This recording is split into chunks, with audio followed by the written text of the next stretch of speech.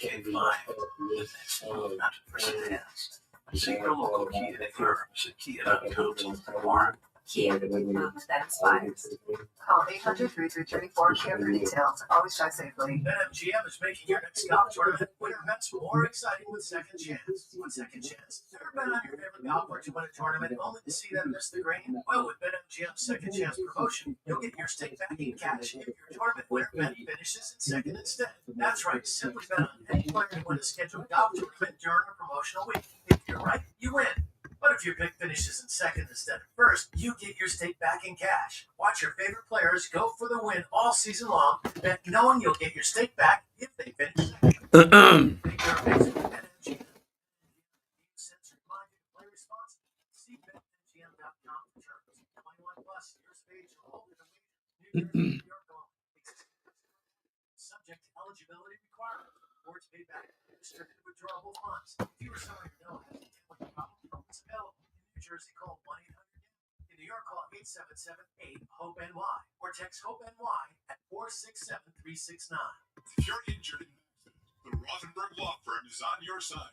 A legendary team that has won billions over 5 decades. The Rothenberg Law Firm. 1-800-624-8888 or injurylawyer.com. Anyone can struggle with addiction. And when you're struggling, there's no shame in getting help. Call Yeah. a counselor for confidential addiction help and see if you're eligible for no-cost treatment. 844-REACH-NJ from New Jersey Human Services. No matter what you drive, having the right tire matters.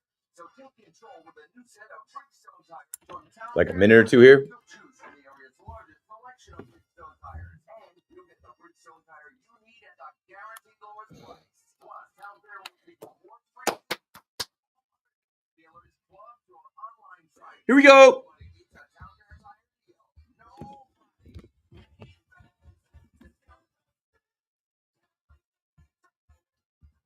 The Jeep brand has always stood for American freedom.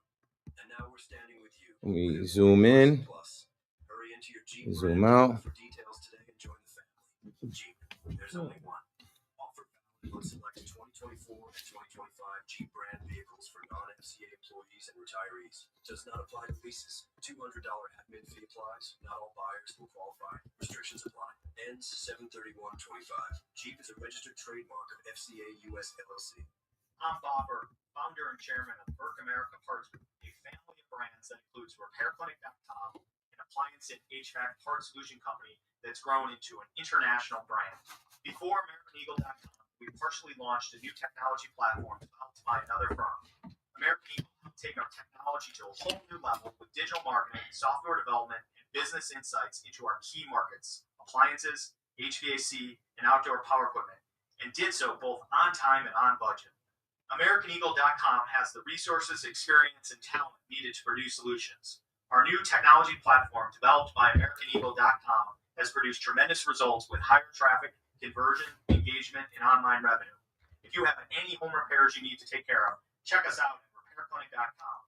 If you need a world-class website or technology project, then I would highly recommend AmericanEagle.com. Call AmericanEagle.com at 773-NETWORK. That's AmericanEagle.com, 773-NETWORK. The Rico Brody podcast is proudly sponsored by Takara Fuji Apple Chew High, a sparkling cocktail that blends shochu spirits with delicious flavors of fruits from Japan. Whether it's City Field or your favorite spot, raise the apple. All right, here we go. Sports. WFAN actually does. Yes. Watch parties. The Fan. 101.9 FM and always streaming on the Odyssey iHeartRadio and TuneIn apps. It's AM to AM on WFAN.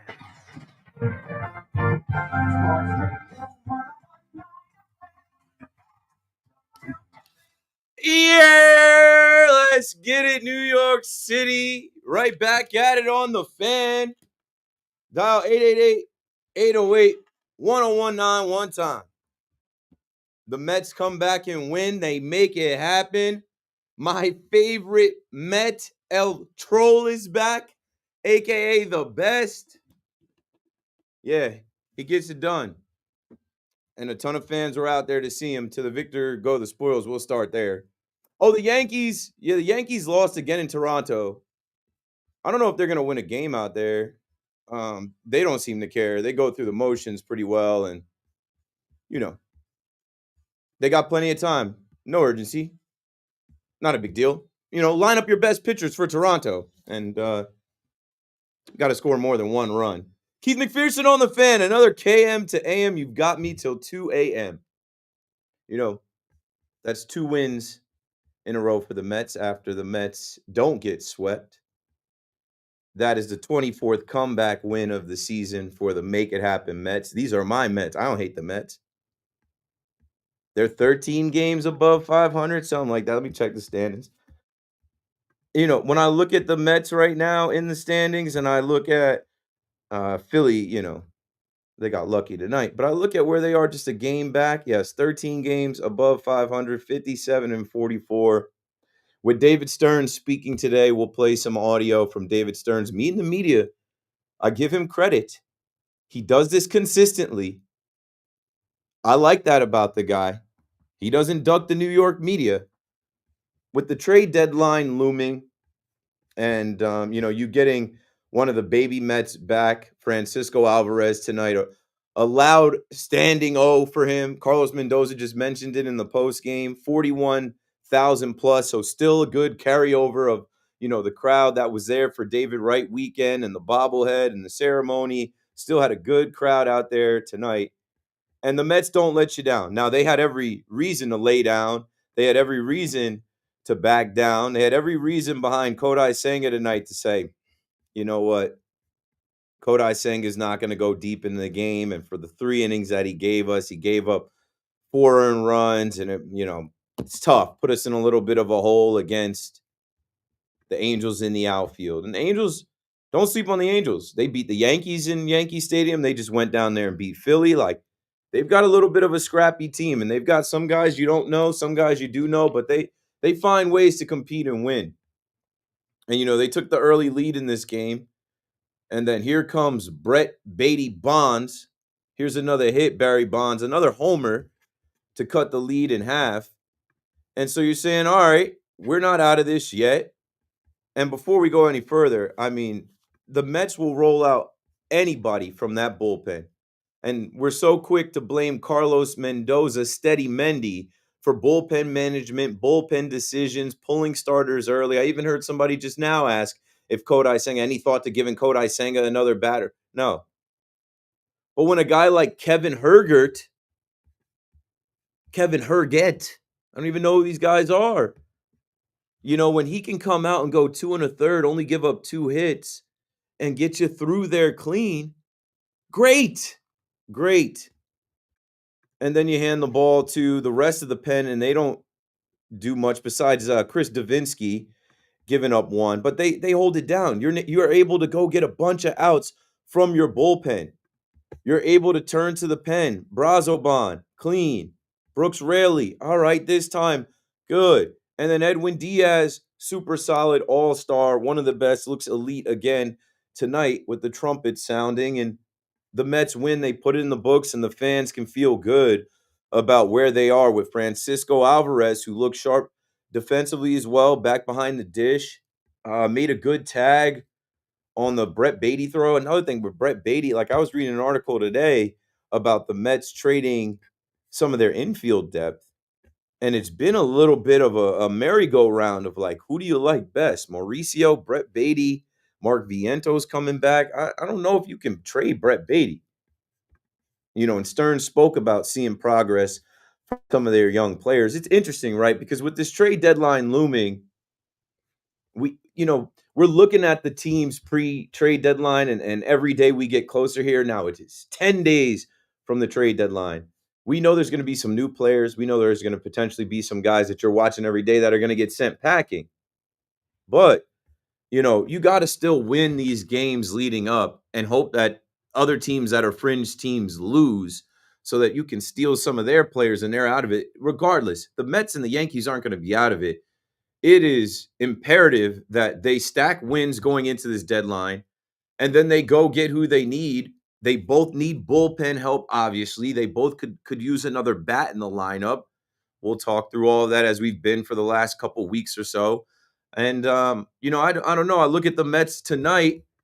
Don't let me leave out the generational Juan Soto. I look at the Mets tonight and I say that's a win that could start something here. That's a win that gives you some confidence here. Your lineup, your offense not being able to score, coming off of the disappointment of David Wright weekend, which I said was going to be a festival for Mets fans. The block party, the ceremony, the bobblehead. I'm like, this is going to be one of those weekends you remember. And you know what? They're going to remember the ceremony forever. But you'll remember the team, laying an egg against the Reds, only being able to score a handful of runs. I mean, and they only scored 3 runs yesterday.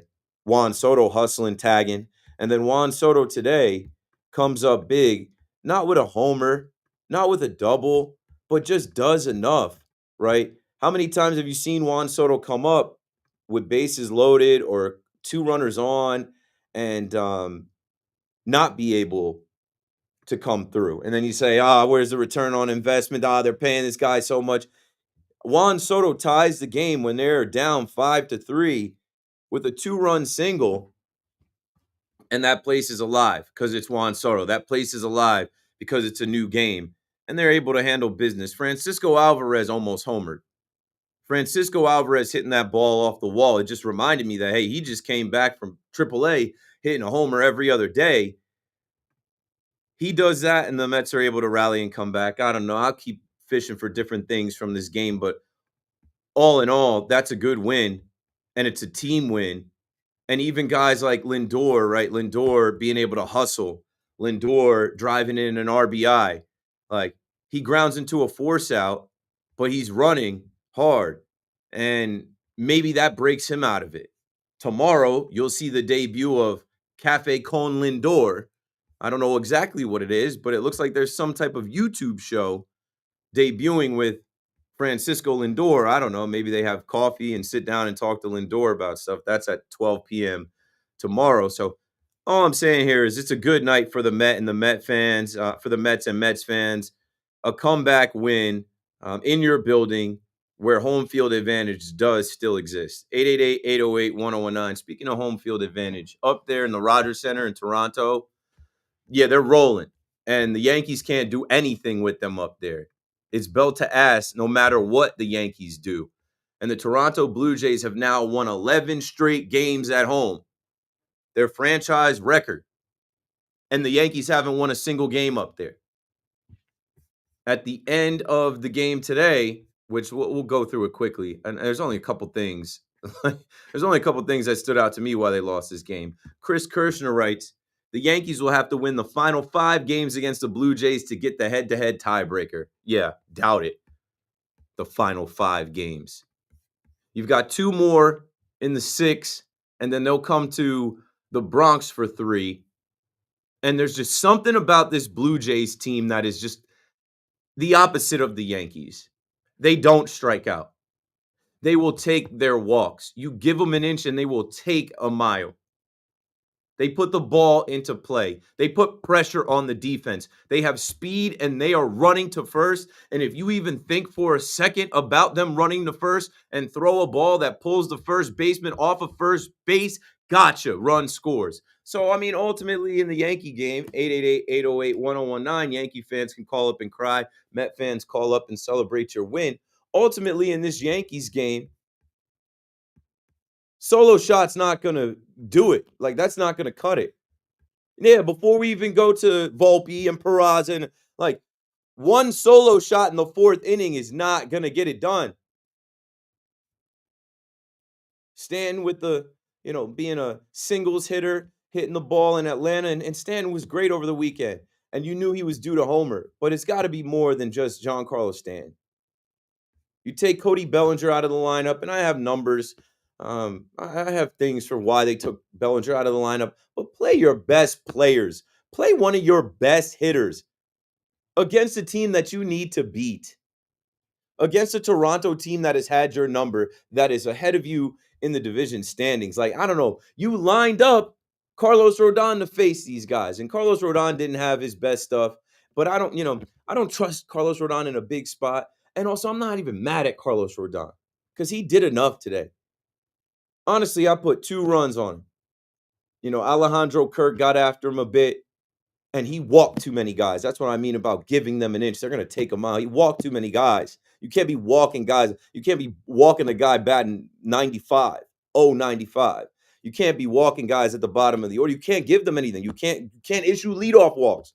But ultimately, the Yankees' offense went quiet, and you were missing one of your better hitters.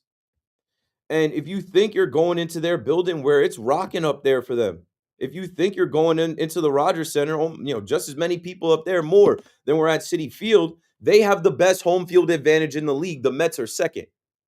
So you're not just going up into their building on that turf and doing anything against Kevin Gossman, who you've seen 300 times.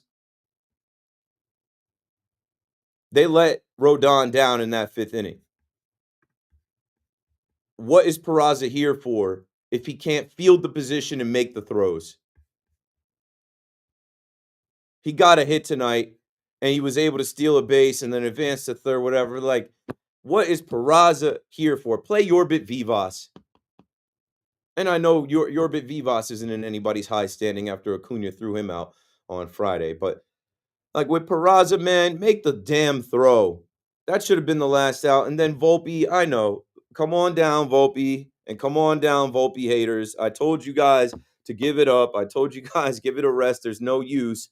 Volpe homers twice in the great comeback on Saturday night. And, Volpe kind of gets off the schneid. And, well, all it takes is another bad throw, another error, 12 errors where he's leading the American League, not just shortstops. Like, he's leading the American League in errors. We'll hear from Aaron Boone on that. But ultimately, yeah, in that inning, they let Rodon down, not being able to make the plays behind him. It doesn't matter who you line up. You can line up Marcus Stroman, Ian Hamilton as the opener, Alan Winans. It doesn't matter. It doesn't matter who you line up to pitch against Toronto if they are grounding into outs and you can't make the plays. And that's their game. That's what they do. They put the ball in the play and they dare you to throw the ball a little bit off. And I put some on Goldie too.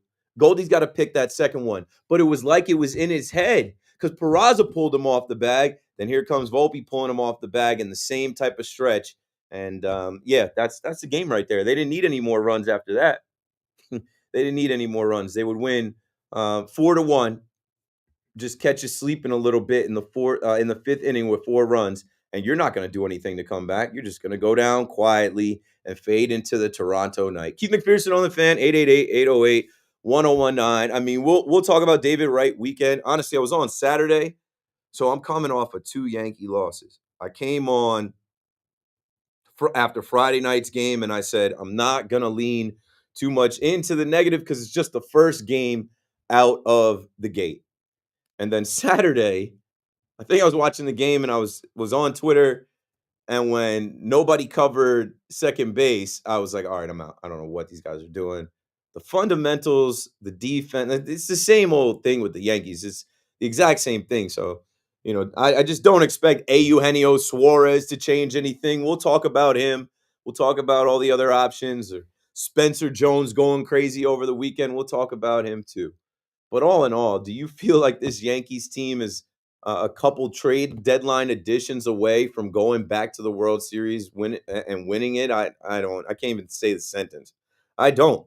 So I'm not trading Spencer Jones at this deadline. They have some just internal issues, man. When the going gets tough, and like I'm looking at Rodon's face right now, Rodon being the guy that you have to make the plays behind because he can't overcome his shoelaces being untied. He can't overcome his back itching too much in the middle of the game. Like, you got to come through with those plays, and the Yankees don't. And then the manager of the team is going to tell you that it's fine and that it's just a couple plays, and they just keep going through the motions. And I don't know when it's going to change. So, we'll talk about the weekend that was, a little bit of, things coming out of the Atlanta series, Jazz going back and forth with the Braves.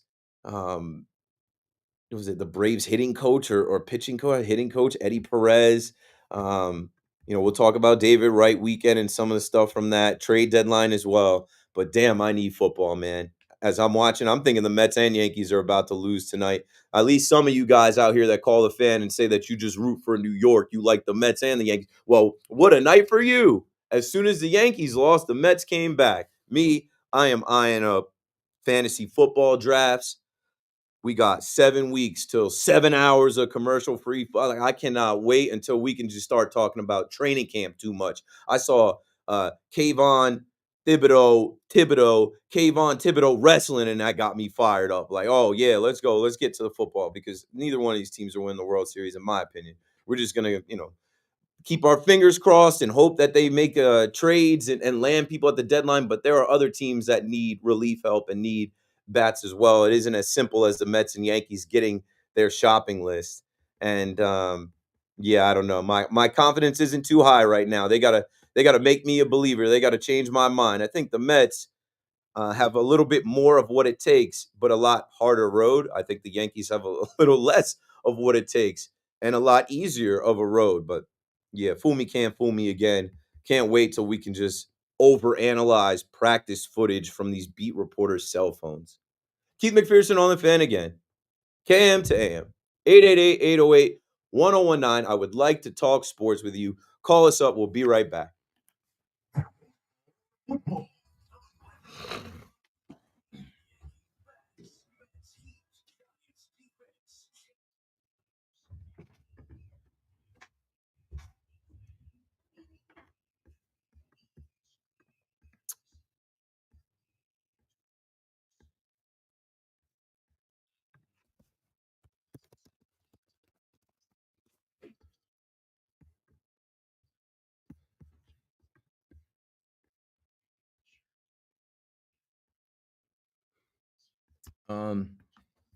I sent you Aaron Boone, but I'm gonna reply to that with David Stearns stuff now.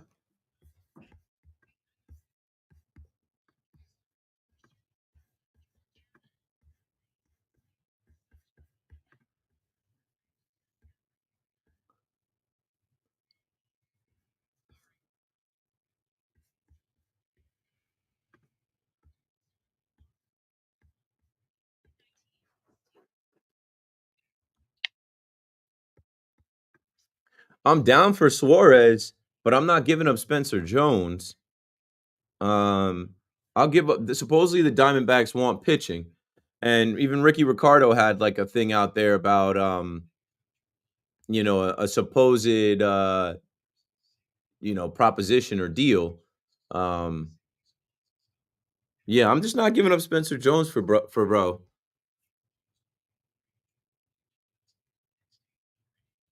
Yeah, we get nothing out of third and starting to lose power and contact at first. Can't win without some first base, third base power. Yeah, can't win not making the plays that they give to you. Straight up, I will be forward them to the Dennis. Yes, Dennis, the Yankees coddle Volpe. Oh, you just reminded me to send the clip of Boone talking. I think I did send it already. What's up, Marco? And it's like Boone knows he's full of it, bro, but he has to. It's like it is literally the first, like in those post games, first rule of the post game: never give in, not even for a second. They literally, like, these reporters are nerds, right? Like, they're pen pushers and they're researchers, and this is what they do all day. And so these people are telling Boone there are metrics that say that Volpe has regressed, and Boone is telling them no, it's just 3 or 4 plays. It's madness. It's like, no, they don't want to go in depth with you, Boone. What they're telling you is like, you like, stop lying to us to say that he's really elite and he's one of the top shortstops. He's not. He's not. You don't have any secret metrics that they aren't privy to. Like, they are looking up numbers and they are comparing all 3 of his seasons, and they are telling you in the post game, hey, that's another error. He leads the American League. He's regressed. He can't make simple throws. What is the issue? They asked him about here. I'm gonna have it played. I'm not gonna verbatim it. You can hear it from Aaron Boone, and we'll react to it. I got to send some stuff from David Stearns from earlier too. Working on the show. Okay, David Stearns. Dave Stearns was asked if it's desirable for the Mets to have set players at second base. Okay. David Stearns on set players at certain positions.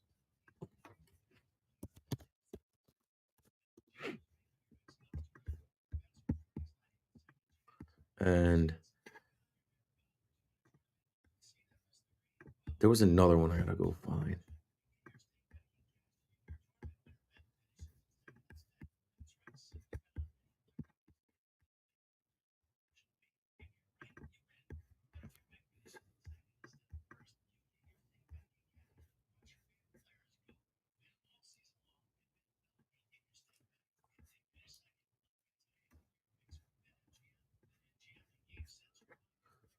It was WWE night. They're using the hell out of that Tiffany Stratton chick at Citi Field.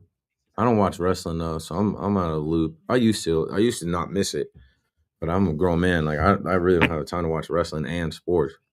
But I know a lot of guys do. When I see these wrestlers now, I'm like, no, I'm out of the loop. I'm unaware who these people are.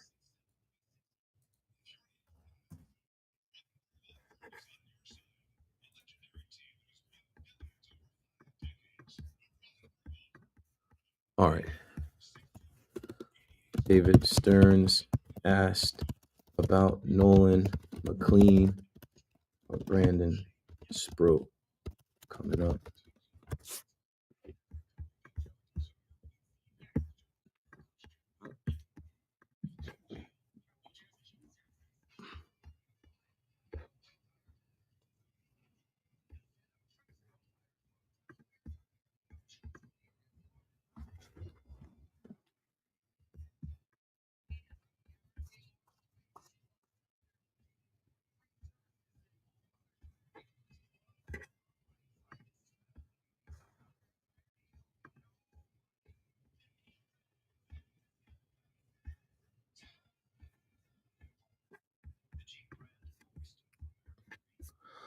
All right. I can never catch up to the chat. Hector, I see you, Brody. Sweet baby Jesus was in here early. Rodney Clark, what up? What do I think is going on with this team? They're not as good as they're Jekyll and Hyde, bro. They can do things like come back Saturday, and then they can also lay an egg like they did today. Like there's a lot of different things. Sean, what up?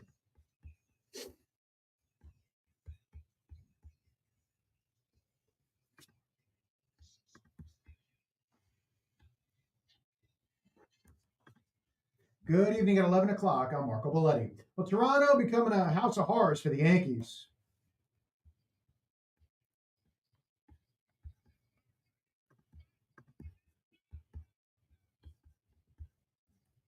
Back-to-back errors by Oswald Peraza and Anthony Volpe allowed 2 runs to score. Blue Jays raced the Yankees 4-1. Dave Sims, the call right here on the fan. Carlos Rodon giving up 4 runs over 5, 2 of them earned. He walked 5, struck out 4. The Yankee offense was silent. Giancarlo Stanton solo.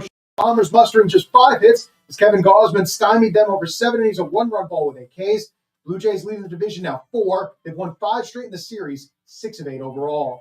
Mets rallied from 5-2 down in the 7th. Juan Soto, the game-tying 2-run single. The Mets helped out by some rough Angels defense in the 8th. Francisco Alvarez, a big double, walked twice, scored twice in his return from AAA. Just watching him the whole game, it took, a couple of walks, and then for him to drive the ball like that against a righty, that's a really good sign. Kodai Senga didn't have it. 4 runs over just 3 innings, with the bullpen using 5 arms to give up 1 run over 5. Edwin Diaz struck out the side, his 20th save.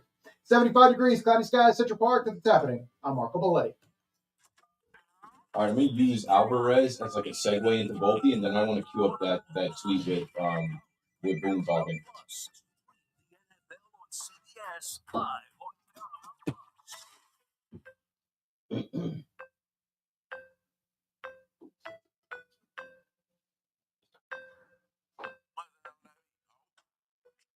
All right, let's get it, man. A little bit after 11 p.m. on the Fan in New York. Keith McPherson, your nighttime host, talking sports. Let's talk about the Mets. It's just a better vibe, better energy. And let's get right to the phone because we have some people coming from the Met game. Carl in Beacon Falls, Connecticut. You're on the fan. Go for it, Carl. Yeah, I'm back from the game. I feel very fortunate because this is the second time this month I get to call you on the way home. This time, first time it took just my son. This time it took the whole fam. Down 5-2. So pumped that they came back. Love Beatty's homer. I love the bottom of the lineup with Alvy coming back, with Alvarez coming back. And that's what I think the hope is, like, down the stretch, because even McNeil's kind of hitting now. I mean, you hope they get some arms at the deadline because I think the rotation is much worse off than the lineup. I love the lineup tonight. Tomorrow it'll probably be Mauricio where Acuna was. But just I feel like, hopefully those kids who are inconsistent come around. I know the top of the lineup hasn't been meshing that well either, but I think you got to keep Lindor, Soto, and Alonso together in that lineup wherever they are, 2, 3, 4, wherever. But don't put anybody in between them. I love Nemo wherever, because that dude just performs. It's just good stuff. Thanks for the call, Carl. And Alonso had the day off, dealing with something. But the top of the order above Alonso, they all drive in runs. Nimmo had an RBI. Lindor had an RBI. Soto with 2 big RBIs that tied the game. But, man, I mean, Brett Beatty homers again. I think that's his second in the last 3 games. And, you're even getting production out of guys like Mauricio and Alvarez coming back is the big boost and the key. So the young guys, the quote-unquote baby Mets coming through, not the Fab Four, the Flushing Four, the Met Quartet, whatever. It's a team win. When you look at how many guys threw out of the bullpen to pick up Kodai Senga, it's a team win and it's a good vibe. They had every reason to lay down, and they could have lost that game 5-2, 5-3, and they rallied back and get it done. And you needed that. Like I said, coming off of losing to the Reds back-to-back games to start the David Wright weekend and absolutely kill the vibes, you needed that. So now, you take the first game, you feel pretty good about getting 1 out of the next 2. Keep the streak going. You win tomorrow, then you win the series, and you actually have a winning streak there, and you try to push forward into this deadline where, there's going to be a few options. Before I said, I was reading an article. There was an article on MLBTradeRumors.com that the Mets are willing to trade from their infield depth. And, that's a collection of Brett Beatty, Ronnie Mauricio, Mark Vientos, and I forgot to add Luis Angel Acuna, because there's just so many guys. We'll play some audio from David Stearns talking today. I also have Aaron Boone postgame queued up. Let's get another Mets call in before we get to the Yankee fans. What's up, Bill? Yorktown. You're on the fan. Hey, Keith. How are you? Good. How are you? Look, I understand your pessimism about your Yankees, but I'm telling you, man, Mets fans are fired up because that was a hell of a win tonight. And Mets, I think they're deep all over the place. They got 2 great catchers right now. Infield is loaded. Pitching, not many teams have great pitching, and all the teams in the league pretty much trying to patch it together. But that was one hell of a win, and the Mets are looking good in my book, and I don't see why you think it's going to be so hard for them to do better than the Yankees. I don't see the Yankees getting past Detroit. Yeah, well, not so much. I'm not talking about Mets versus Yankees. The Mets can finish with a better record than the Yankees. The Mets can win their division, and the Yankees don't. What I'm saying is, all we talk about is World Series, Subway Series, Fall Classic being Mets versus Yankees. And I think that there are just so many teams in the National League that they have to go through versus the Yankees. Yes, the Tigers, the Astros. But, I mean, the Yankees right now are looking like they can't even get through probably 2 of the three teams that they have to deal with in the American League East. No, look, I'm not worried about Mets Yankees. I'm just rooting for the Mets. And like I said, coming up to the trade deadline, maybe we'll pull some lightning out of a bottle. We have the depth. We obviously have money if it's needed. I assume that might be part of it. And I just think, wow, that was an awesome win. And I think the Mets win a few more games, get some momentum going, and let's go Mets. Thanks for the call, Bill. Yeah, and it doesn't always have to be Mets versus Yankees. It's not. It's funny. I did hear BT lean into something that I had said over the weekend. Now, he went a little further than I did, but I was talking about how, the Mets and the Yankees are checking in on a lot of the same guys.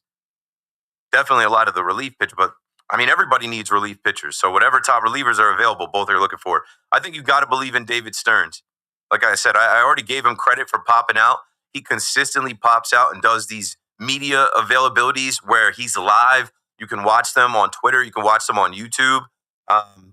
Here's one. David Stearns was asked if it's desirable for the Mets to have set players at second base, third base, and center field. As Bill was just talking about their depth, they are going to maneuver. They're going to trade some of their pieces. They do have a lot of depth. Let's hear what the president of baseball operations had to say about that today. Not really. I think, look, it's desirable to have players continue to improve. We want to have good players. Ultimately, if you get to really good players or all-star caliber players, then yes, you sort of own your position. And we certainly have some of those on the roster. And so that would be wonderful if someone were to take a step forward and solidify himself as a really good everyday regular. Probably makes Mendy's job a little bit easier to make out the lineup card every day. From a roster construction standpoint, we have 26 roster spots, and we want to use them all. And if that means certain positions need to be timeshares, then certain positions will be timeshares. Yeah. Now, he talked also today about Jeff McNeil playing center field. Everybody knows that they're trying to upgrade at that position with Tyrone Taylor. But they said he did say they do feel comfortable with Jeff.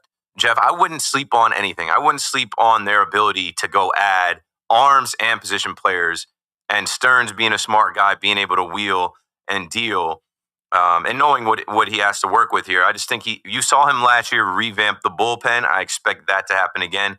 And I expect there to be another bat, maybe two. Like, for the Met fan, I would say dream big. Like, get your hopes up, because you have an owner who talked about a World Series, winning a World Series in this window, right? I think this would be the first window closing, but he opened up another window where he said he hopes to win 2 World Series in 10 years. Okay. So, of course he's given David Stearns the green light to go there and at the deadline and get whoever can help the team. And I think the biggest thing for the Mets is this. In these regular season games where your big money guys don't come through with runners in scoring position, where Lindor is struggling right now, where Juan Soto hasn't necessarily been the Juan Soto that you thought you were getting. Pete Alonso is hurt and going through a little something right now. But those guys are postseason proven. They're October proof. They're playoff proof. So when you get into those big moments, when you get into those tight parts of the game, you expect those guys to have ice in their veins, slow heartbeat, and pull you through. Now, they got to figure out the pitching in the bullpen. They got to figure out the rotation. They got to figure out if Clay Holmes is going to the bullpen, those type of things. But you have those guys at the top of the order, Lindor, Soto, Alonso, and then even some of the baby Mets coming along. Vientos is a guy that you have to include in postseason. He's performed like postseason proof and proven. If they do hang on to Brett Beatty, I think he's the most likely now. Acuna maybe goes somewhere, maybe, I don't know, maybe even Mauricio. I think that they have plenty talent. They just need to get the rotation together and the bullpen together, and you'll feel pretty good about their course. They're still very much in play to win the NL East. They're still very much in play to do whatever in the National League. When I talk about there being so many teams in the National League, yeah, there's a lot of competitive teams that you're going to have to fight through. But then at the same time, you're one of those competitive teams with a legit home field advantage and Citi Field. Trust in David Stearns to get you the pieces, and trust that you have an owner that wants to win now after he got to feel what it felt like to get to the NLCS. He's going to be pushing his president of baseball operations to make moves. Now, on the Yankee side, it's not Mets versus Yankees, but like the Yankees do things differently, and my confidence isn't so high. I know Cashman says he's going to go to town. I don't know what to expect. I think with all this hype around Spencer Jones to the point where MLB is posting him, like everybody's now calling and asking for Spencer Jones. George Lombard is off limits. Everybody's calling up asking for Spencer Jones. We're going to get to the Yankee calls in a minute. I'll take another Met call because there's a good segue right after we talk to Gregory down in Atlanta. What's up, Greg? You're on the Fan. Hey, great show as always, man. But, I got to chime in. I'm going to stand on this right up to the end of the season, brother. Hitting coach got to go. I'm just sorry for the mess. He's got to go. Francisco Alvarez goes away on vacation. He's put in the work. And all of a sudden, hopefully, he'll stay the hell away from the hitting coach in the dugout. He'll be just fine. Well, Francisco Alvarez talked a lot. He said he had to really work on himself, and of course, you give credit to the hitting coach down there in Syracuse. I don't know who that is, but also you give credit to Francisco Alvarez. And even listening to Stearns talk today, he talked about how he thought, Francisco Alvarez might not have handled it well, or it might have taken some days to adjust. No, he went down there and worked. He said Francisco Alvarez says he made probably even more drastic adjustments to his swing this season, but he feels that he's now more confident in who he is as a player and a person as he rejoins the Mets. And if you see how he waited and drove that ball that he almost hit out today, he looks locked in. I don't know if they're going to fire their hitting coach, but it's definitely a conversation that I know Mets fans are having, because there's a few guys struggling that are supposed to be getting it done. And when you see Alvarez go down there and bop like that, hitting all those home runs and come back, it's like, hey, what are they talking to him about down there that you weren't talking to him about up here? Yeah, I think there's definitely a correlation. There has to be, because it can't be coincidence that the entire team is slumping off and on like this. It can't be coincidence. Thanks for the call, Greg. Now, here's the segue. In the chat, a couple people in the chat were talking about, look what the Mets did. Let's see. Jack G writes, one thing the Mets did right over the Yankees this season was send down Alvarez. We should have sent down Volpe to figure it out in AAA. He's clearly cooked this season. Dennis says, I said that to Keith too, Jack. I said it a couple weeks ago. They should have sent Volpe down when they sent Alvarez down so he can come back with his confidence. Look, the Mets fans are seeing that change is good. And you know what? The Mets fans also showered this young man with love to say, we don't hate you. We weren't trying to get rid of you. We want better from you. We know it's in there. And that's the frustrating thing with Volpe. That's the frustrating thing with the Yankees. We know it's in there. The Yankees have given you game of the season 5 times. Just in this last month of July, the comebacks, right? When you think the game is over, turn the game off. They're not dead. But they're not sending Volpe down. They don't feel like Volpe needs any fixing. Not any fixing that can be fixed with the rail riders. And Volpe and Alvarez, I've said this probably 10 times on the Fan. When I was in LA back in 2022, they were in the same futures game. They were ranked right next to each other. They were both top 6 prospects. But one guy was literally given the opportunity to win the position with a month-long competition in spring training and then told, you're the guy, we're not sending you. I don't know.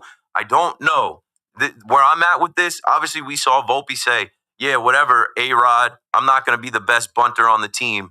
I'm not going to be swinging flat. I'm hitting an uppercut. Jazz is out there sending the signals in. Boom! He's hitting the ball out. But it's not even just about the at-bats, as you see Ben Rice pinch hit for Anthony Volpe at the end of the game today. So another game doesn't end with Volpe striking out or grounding out. They spare him and they throw Ben Rice in there. There's not much of a difference. But where we're at with Anthony Volpe, he is your shortstop. There is no other answers. Is Cashman going to do something crazy and trade it? No. And what pains me as we're coming up to another deadline is we look at the left side of the infield with Peraza and Volpe, 2 untouchables, 2 guys that could not be traded, 2 guys that were non-starters, hang up the phone in conversations from 19, 20, 21, 22, 23. And here we are in 2025. Better not trade Spencer Jones, man. I don't know what to tell y'all. Brandon is out in Texas on the Fan in New York. What's up, Brandon? Keith, what's up, brother? How are you? Okay. I'm all right. Hey, man.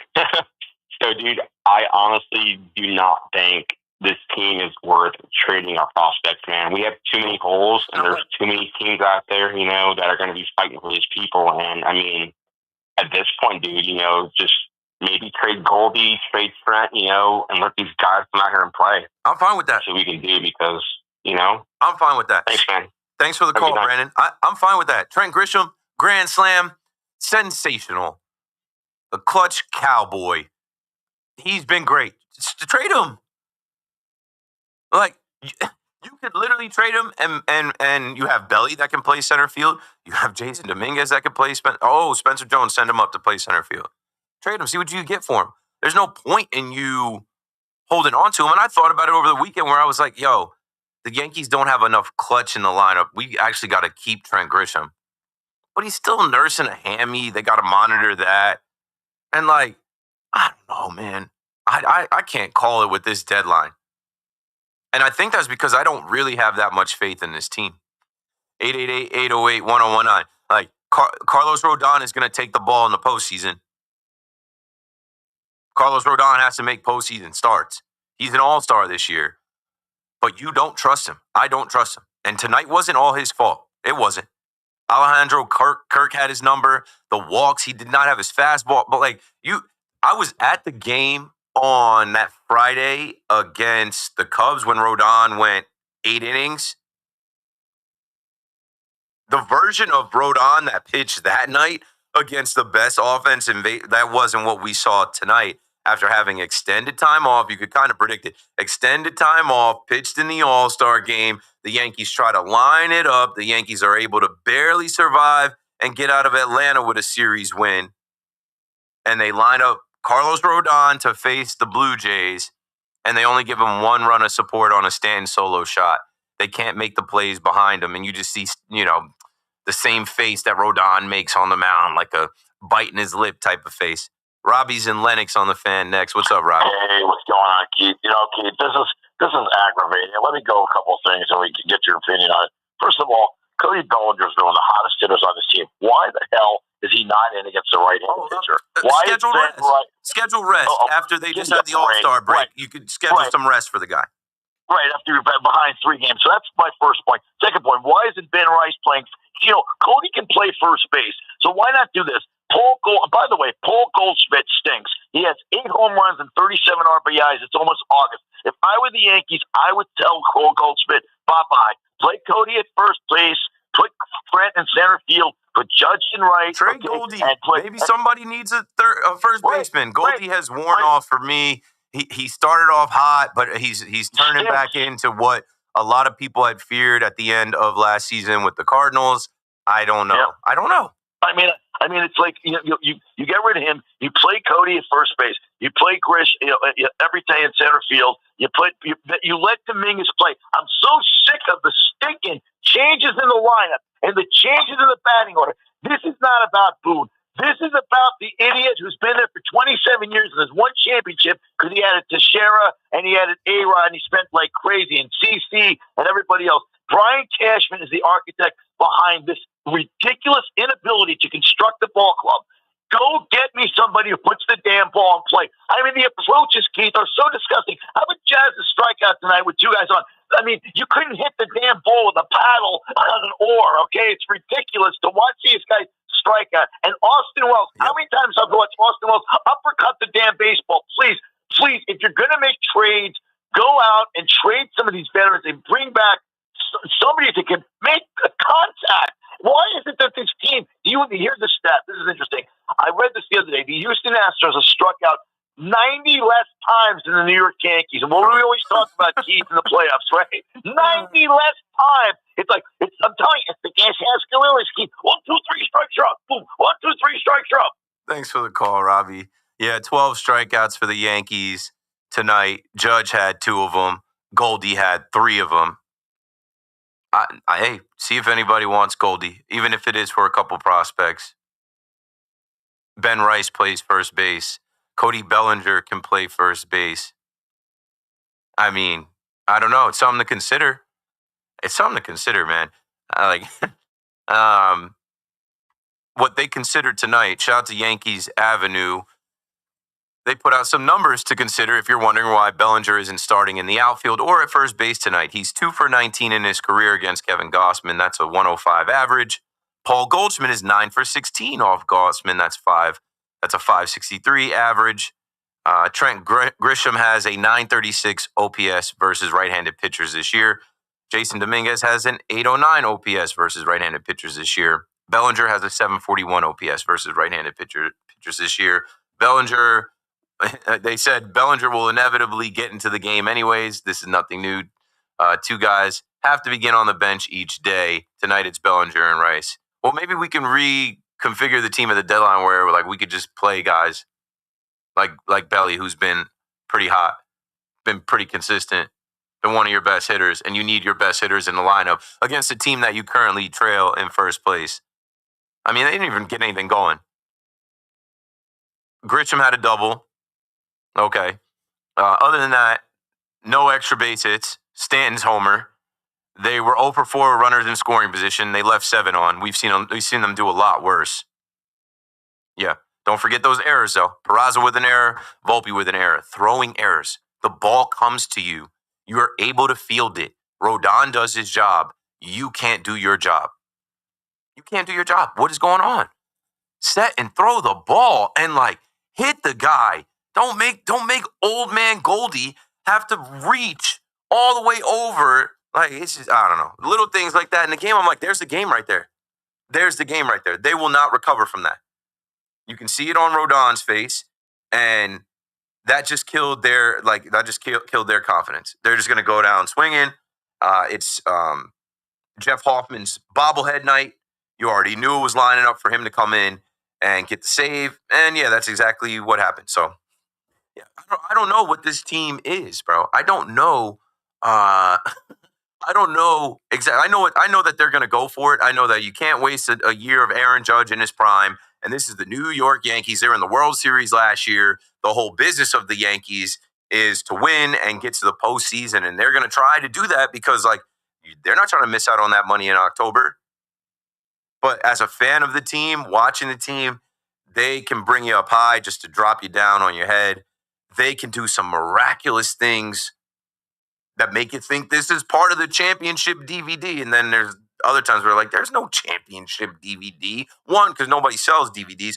2, because they're not going to win anything with all of these same issues that have plagued them for a long time now. Whether you want to put it on Aaron Boone, whether you want to put it on Brian Cashman, whatever. How come some of these, and I know there are other teams in baseball that commit errors and base running blunders and leave runners on base and swing out of their shoes and don't have the right. But it's man, it's the most inopportune times. Volpe, bro, Volpe. Can we cue up Boone talking about Volpe after the game? Volpe, bro, we are rooting for you. I was so happy to see your first 2-homer game on Saturday. But you're the shortstop. You're the captain of the defense. After you see Peraza make a bad throw to pull Goldie off the bag, it's got to be in your head, hey, this ball comes to me, we're out of there. This ball comes to me, I'm not going to follow up and do the same thing my boy just did to my right. I got to make the throw. I got to get us out of there. And Goldie's old ass has to be locked in, too, to say, hey, if that ball does pull me off the bag, I'm getting this second one. Let's hear Aaron Boone post-game today. Spoiler alert if you already heard it or if you watched the post-game or listened, but this is the job number 1 of Aaron Boone as Yankees manager. Do not give in to these pen pusher, these beat reporter, analytical researching nerds. They're going to say something and you tell them they're wrong. Let's hear Aaron Boone today. And specifically, you can hear Meredith when he was asked by Meredith about Anthony Volpe. And Michael K told us last week that off camera, but not off camera because in front of a bunch of reporters earlier in the season, it was Meredith who said something about Volpe. And Boone got offensive and walked off the stage in the media room and said he's effing elite. Let's hear again Meredith asking a question about Volpe and how Yankees manager Aaron Boone answers it. Yeah, I mean, it's a few too many. That said, errors get handed out a lot of different places in a lot of different ways. So I'm not so worried about it. It's making plays. He's still making a lot of plays, but he hasn't been as consistent as he wants to be and as consistent as he normally is. So there's a few balls he's left on the table, one tonight included. And those are plays he expects to make, and we need him to make too. He's been walking around with ice on, I believe, his right shoulder. Is he okay? Left shoulder? Is he okay physically? Yep. What do you think it is then that has not allowed him to reach that consistency that he's had in the past? Yeah, I mean, we're talking about a few extra errors. I get it. That's the separator of when he wins a Gold Glove and when he's not. He's still a top shortstop. He hasn't made a few plays that have generated a lot of noise. There's also some metrics that have indicated he's taken a step back. That's what, because he hasn't made 3 or 4 plays. that crushes you a little bit. He's still making a lot of rangy plays. He's still making a lot of plays. He just hasn't been as consistent as he has in his first 2 years. And that's 3 or 4 plays we're talking about. And a couple games here where he hasn't completed some plays, and it's changed his overall defensive season. Yeah, bro, I'm sorry. I'm not going for it, bro. I'm not jacking it. I got to keep it a bean with y'all. Like 3 or 4 plays, Boone, he has made 3 or 4 errors just in the Rogers Center. The last series we got swept and then add today. Throwing errors. You can't piss on these people's head and tell them it's raining because they do the research. They are reporters. They have metrics. They have things to tell you that Volpe's defense has regressed.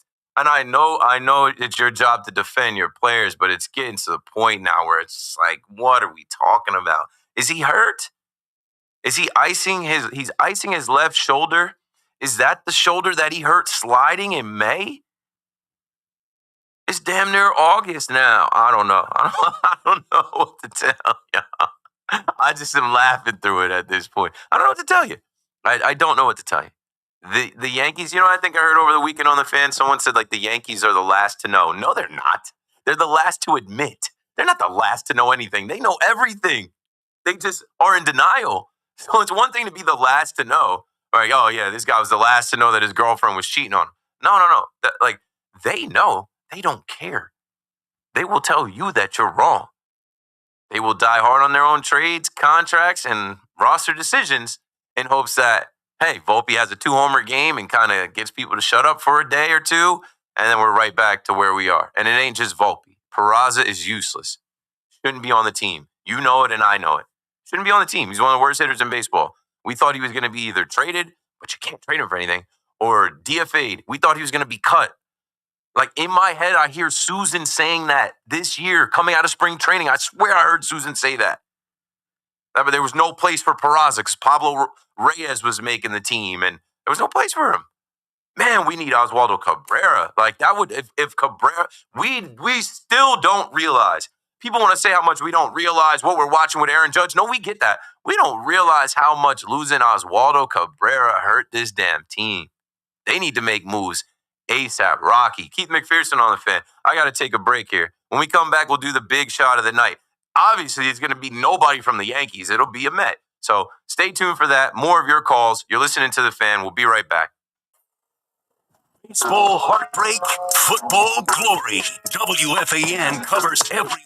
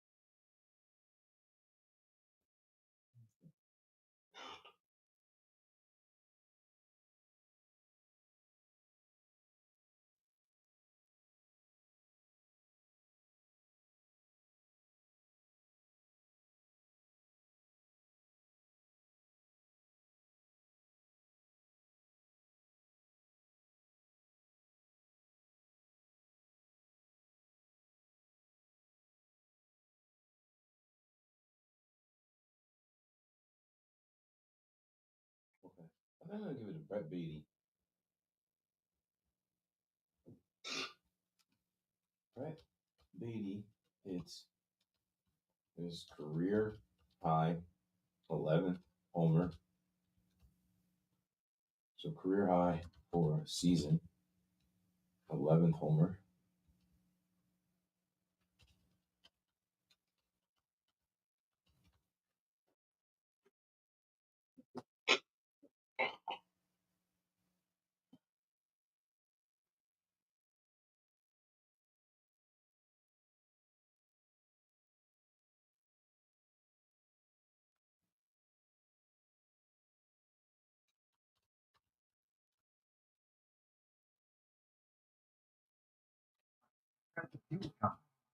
Still going. It's I can go virtually anywhere type of free. Right. But you don't have to take our word for it. Go drive it. You're up. Experience the power. Drive the Nissan Road. Now get 0% APR financing for 60 months on the 2025 Nissan Road. Visit your local Nissan store and nissanusa.com today. For well-qualified buyers, excludes as trim. Example, 0 down payment. 60 months financing at $16.67 per month per thousand finance. Actual down payment may vary. Subject to Nissan Motor Acceptance Corporation credit approval. Not all buyers qualify. Zero contribution. Yo, I'm looking at things for big shot of the night. I think I know I'm going to make it.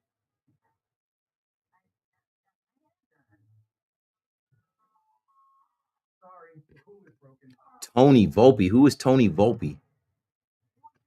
I think Keith is doing a great job. I know he doesn't fit the old mold, but the guy has a good presence. Yeah, not trying to fit anybody's mold. Old, present, future, just going to be me. Not trying to sound like Mike Francesa or Mad Dog, or not trying to sound like anybody here now, honestly. I'm telling you, I'm so fed up. Kind of hoping they fall. Okay, here we go. We're going back.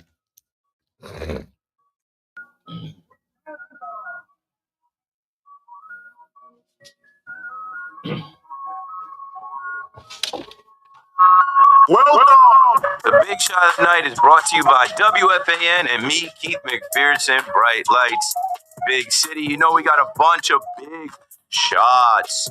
And, you know, I was like looking at the box score and looking at stuff, and I'm like, okay, who do I want to give the Big Shot of the Night to? I think it has to be Brett Beatty Bonds. Here's another hit, Beatty Bonds. He homers again. And that homer was so big because it cut the lead in half. He also scored the go-ahead run on that error.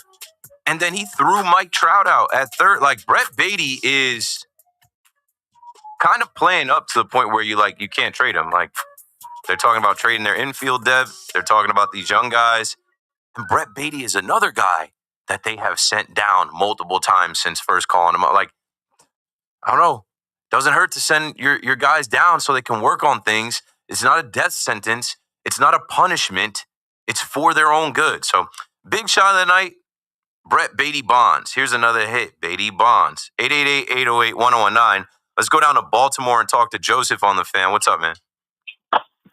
Hey. Hey. Hello? Yeah, you got me? Can you hear me? Yeah, I can hear you. Can you hear me? Yeah, I'm good, yeah. How's it going? It's going great. How are you, Joseph? I'm good. You saw that Mets win? I did. I was talking about Brett Beatty, and I was talking about a few different things. It was WWE night. They had this Tiffany Stratton chick there. I don't know her. I know Trish Stratus. I don't know. I'm not familiar with her. Are you familiar with this Tiffany girl? No, I don't really watch WWE. I don't know. I'm not really into that. Okay, so you're into the Mets? Yeah. It's a phenomenal team. You know, they're doing, you know, absolutely amazing. Brett Beatty, like you were talking before, you know, bringing him up, you know, those games that he really does amazing. You know, he's just really like telling the manager, like, keep me in, like, really like that. Yeah, thanks for the call, Joseph. I mean, this is his first game back, and he is the future for the Mets. Not Hayden Sanger, not Luis Torrens. Those guys are temporary guys. But, good to have them while your young guy can get right. This guy also just had his first child. It's a life-changing experience for him. And he did talk about having to get right and having to work on himself. So you're happy for Francisco Alvarez. You're happy for the Met fan. Like I said, I give a lot of credit to the Met fans getting loud and welcoming him back because, you've heard these guys talk about it. You've heard Soto talk about it. It does mean something to them. And I think this one was a little unexpected. We know Alvarez is a player that some people have hated on, some people have loved, whatever. I think, the fans showing out tonight and kind of, picking this young man up, he was ready to go behind the plate, which is important. Obviously with Senga and then with, the different arms that came out of bullpen, they used 5 different guys out of the bullpen. And then that double he had, which was a couple feet away from being a home run. Francisco Alvarez, El Troll, a.k.a. the best, my favorite Met, number 4, coming through, and he adds another bat to your lineup. He adds just swag and energy. The whole reason why I ever said he was my favorite Met, because I'm like, this dude, from the first time I saw him in the Futures game, I'm like, this dude is the future of baseball. He's got the swagger like that, the aura like that. I like his swing. I like his style. I like his confidence. I loved how he was, trying to speak English last year. He's got the interpreter with him right now, but he has tried. He has gone out of his way to, be able to speak English to communicate with the fans. I think he is going to be a fan favorite. He's got some learning to do. And I think that this last trip down to AAA was huge for him to get his swing right, get his confidence back. And it's coming at the right time for the Mets. Consider it a early deadline ad. You just added a bat and a catcher. And now obviously he helps your rotation, your bullpen, and your lineup. Anthony's in Bridgewater, New Jersey, next on the Fan. Go for it, in.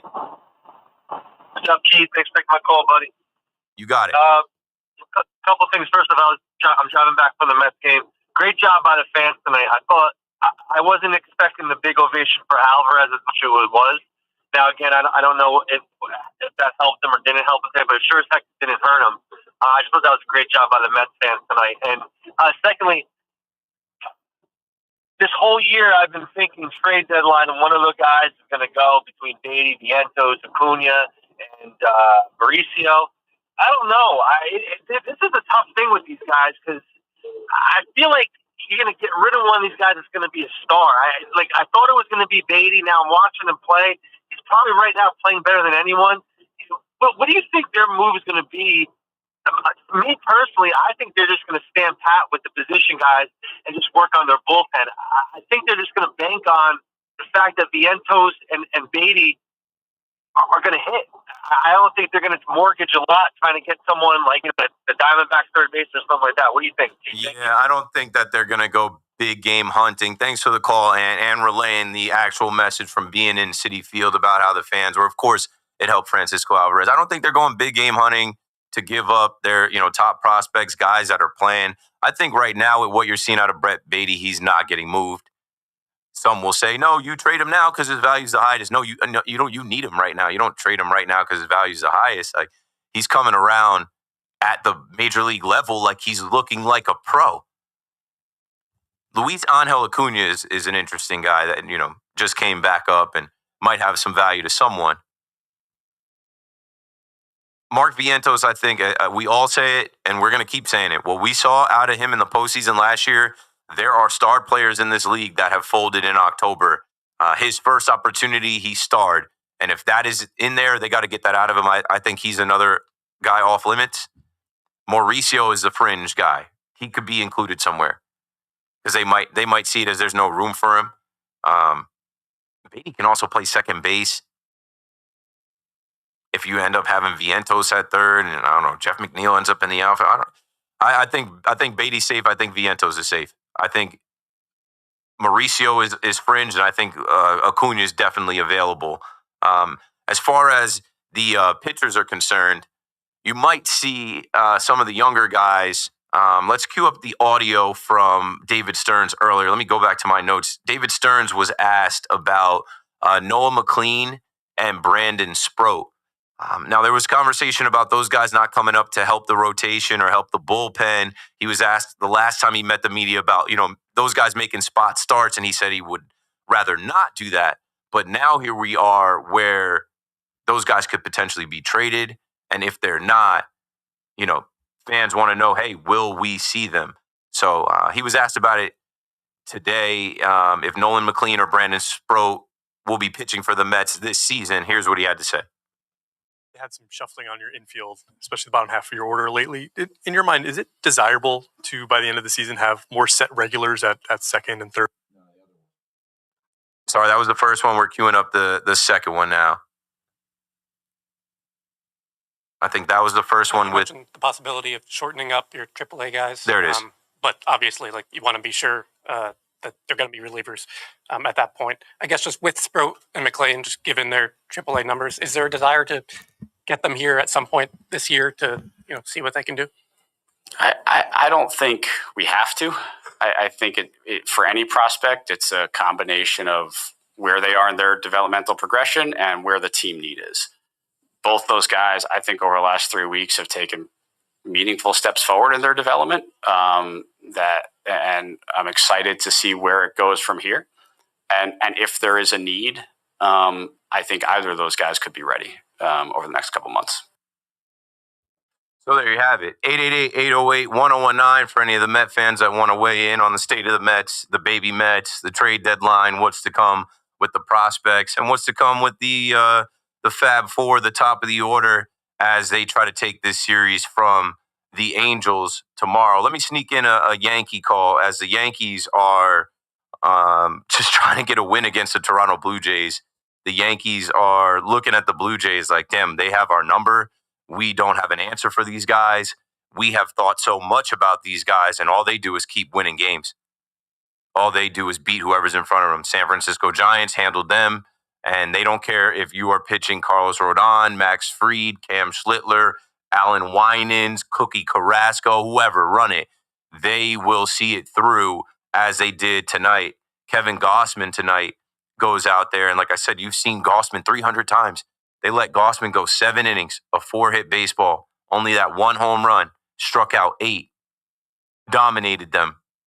And then it wasn't hard for their bullpen to finish the job. Avery's in Manhattan on the Fan next. What's up, man? What does this mean? Errors get handed out in a lot of different ways. We're talking about a few extra errors, and he's still been a top shortstop. Are we kidding ourselves? I mean, when he said errors get handed out in different ways, I assumed he was talking about how they're scored. And I'm not, it's just, use your eyes, bro. We don't have to talk about the technical, like how things get scored or like he's going above and beyond to not call a spade a spade. He's going above and beyond to just not admit what we're all seeing. Like Volpe has had a bad, we're 100 games in. We're 100 games in. There are 62 left. It's not early. I just got to laugh at it because it's impressive. Aaron Boone's ability to deflect, to not give in, and not let these people win it's amazing. It's his best attribute. I try to defend this kid, Keith. I really do. But, I mean... So do I. I'm finding myself thinking that these Yankees must be mobbed up in Anthony Volpe defense because I don't understand what the heck is going on. I make him possibly think that we're going to believe all this nonsense. How are you to tell me that he's a top shortstop in the game when doesn't he lead the American League in errors? I watched the game. There's mad good shortstops. Right. I've been talking about these guys.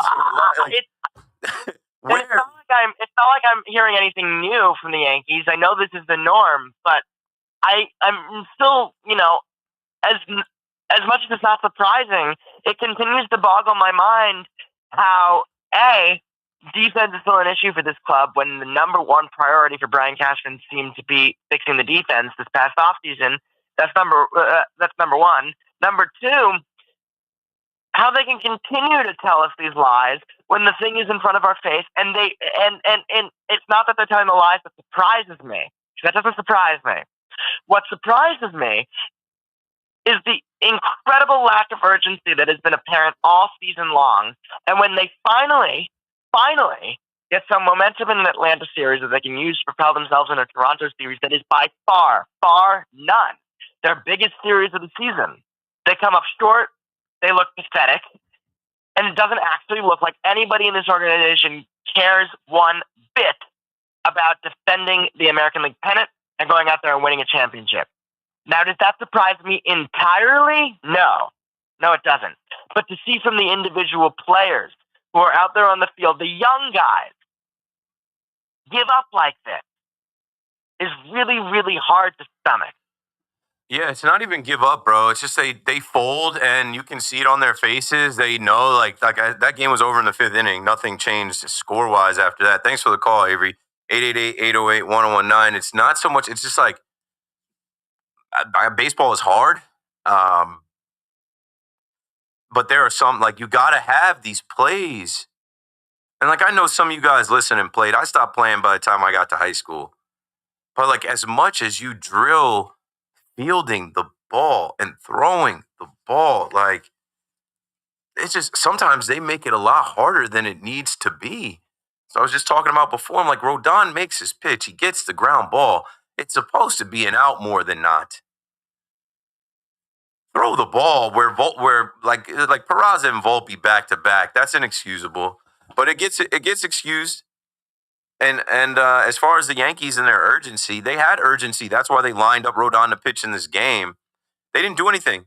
Gausman dominated them, and then the walks and the errors, you gave them the game. Mistakes. The Toronto Blue Jays are a team that you give them an inch, they will take a mile. You make a mistake, they make it larger. And that's all they'll need to beat you. They don't need to score, they don't need to score 10 runs to beat you. They could open the can of whoop ass like we did see them do with George Springer, and they could do that. But I remember Michael Kay, and it's funny. I wasn't listening to the broadcast today because I was listening to the Mets call. But Michael Kay goes back to Toronto after what he had said before the first series against Toronto about, look at the run differential. Toronto's not that good of a team. Even I disrespected them. Even I, on this station, I think it was Neil from Irvington who called me 2 weeks before the Blue Jays series and said that the Blue Jays are going to beat the Yankees. And I'm like, nah. With who? With who? Miles Straw? Leo Jimenez? Addison Barger? Well, now everybody knows who Addison Barger was, but a few weeks back I was like, nah, no shot. Let's go to Jagger in Manhattan on the Fan. What's up, Jagger? Hey, man, thank you so much for taking my call. Yeah, it's crazy. It's crazy to hear all these other Yankee fans.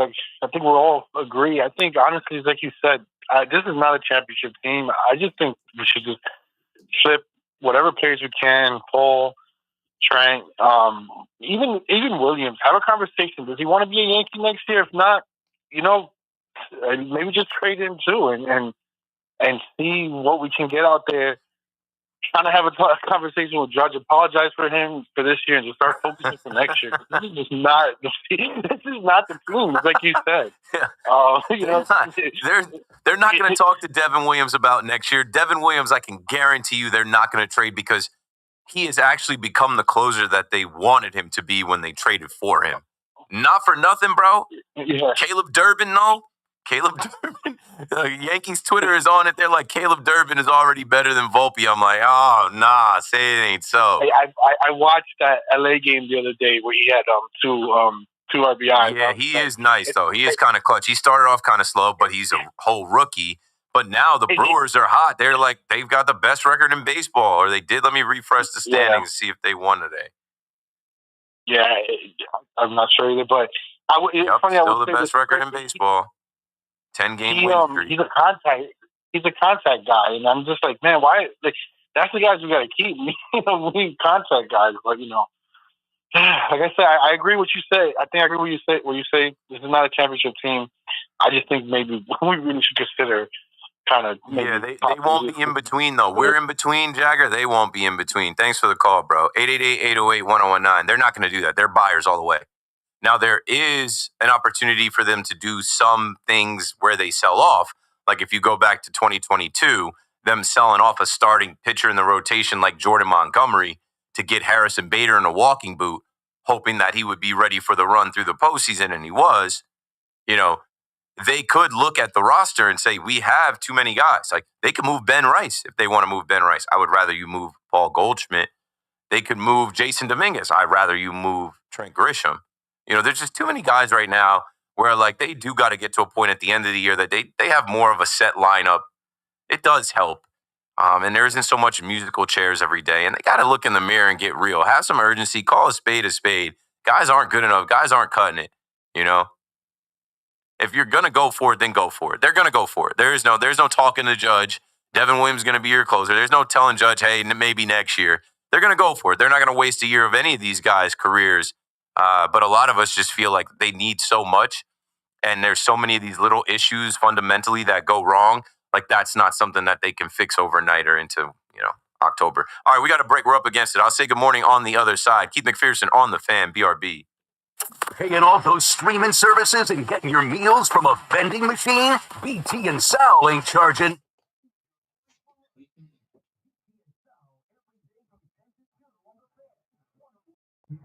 All right, I'm going to catch back up in the chat right now.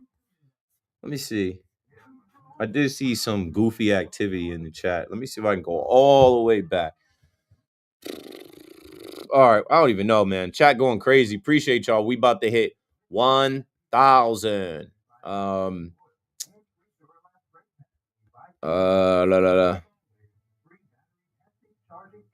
don't know. Yeah, the chat is too long. I can't even go back to what I seen. Seemed like somebody was coming at my neck, which happens when this is my live. I don't mind the negativity. It is what it is. Let me see. I try and give you guys your shout outs on air as well. Okay, I'm back to the top of the chat. Let's see. By the way, longtime fan of yours as well as a day one WFAN listener. Thank you. New to your chat. Listen to you every morning on Odyssey during my 2-hour walks. Thank you for that as well. I always tell people go to sleep for real, but I do have a good amount of people that listen on podcasts and rewind on the app. Yeah, I would promote Spencer Jones, but where are you going to play him? They have too many outfielders as it is. Doesn't feel like a championship team. No. No way they win a chip. Competitive, they're lackadaisical and zero hunger. Yeah, agreed. It's too inconsistent for me. That's a huge if. Huge if. You know what I'm saying? Chris Kirshner. The Yankees just got to win. The Yankees just got to win 5 out of the next 5 games against Toronto to get the tiebreaker. Yeah, okay. Yeah, all right. I'm bet on that. Did not happen. Yeah, the Brewers are up right now, 6-0 on the Mariners. They're about to. Yeah, they're nice. Them boys are nice. And who we got tomorrow? Who we facing tomorrow? Max Scherzer versus Cam Schlittler. Oh, that's going to be fun.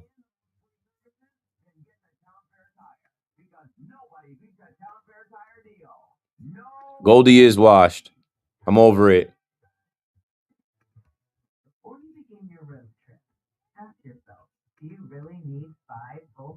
It'll never change.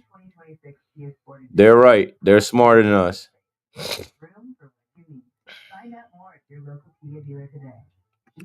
We got 3 lefty catchers, yo. Shout out to Ben Rice stepping up to even catch in the big leagues like this. Didn't have that on my bingo card, even though we knew he was a catcher coming up. I thought they didn't like him. Yeah. Congrats, Mets fans. It wasn't like a big homer night, but like they did enough. And I give credit to Alvarez kind of coming in, bringing the aura, bringing the vibes. Let's see. Yo, I got you, bro. If you guys say something dope in the chat, I'm gonna star it, and then I'm gonna read your name on air and try my best to read it. word for word or verbatim or jazz it up a bit. Oh, that's what I've been calling them, bro. I've been calling them the participation trophy era Yankees. Like, that's what these guys are. Participation trophy era.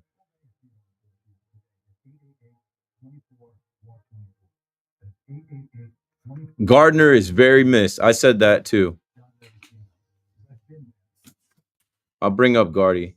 Because at least, you know what I felt like with Gardy, bro? Gardy was so nuts. Like, Boone had to answer to him too. And I think that was a little bit of what lit the fire under Boone to get at some of those umps back in like 2019. Because, like, if you don't do it, like, you got to watch out for Gardy. Gardy's in there banging on the dugout. He's about to spaz.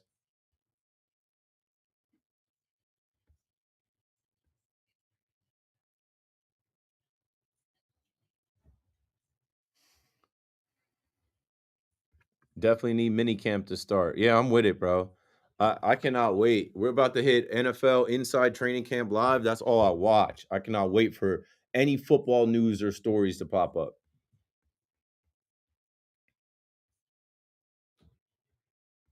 Tony Volpe, we talking about Tony? Yes, we were. Here we go. This guy's a cornball. He's hyped after every game, giving up after every loss. Cornball. I'm hosting the show. And you're a Jets fan looking at your picture. I'm not even gonna fire back at you, bro. But that was the foolishness I was looking for in the chat.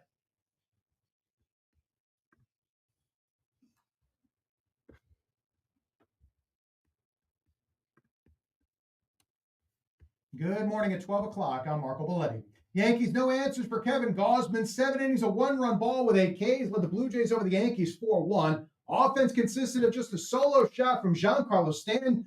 The defense betrayed Carlos Rodon. Oswald Peraza, Anthony Volpe, back-to-back errors in the 5th, led to a pair of runs.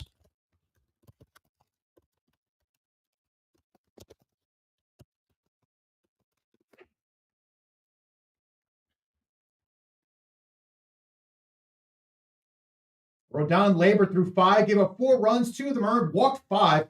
Blue Jays have won 5 straight against the Yankees, 6 of 8 this year, hold a 4-game lead in the division. Francisco Alvarez, an impressive return, big double in the 8th, led to a go-ahead run, walked twice, scored twice, helping the Mets rally by the Angels 7-5, but it just wasn't at the plate that had Carlos Mendoza impressed.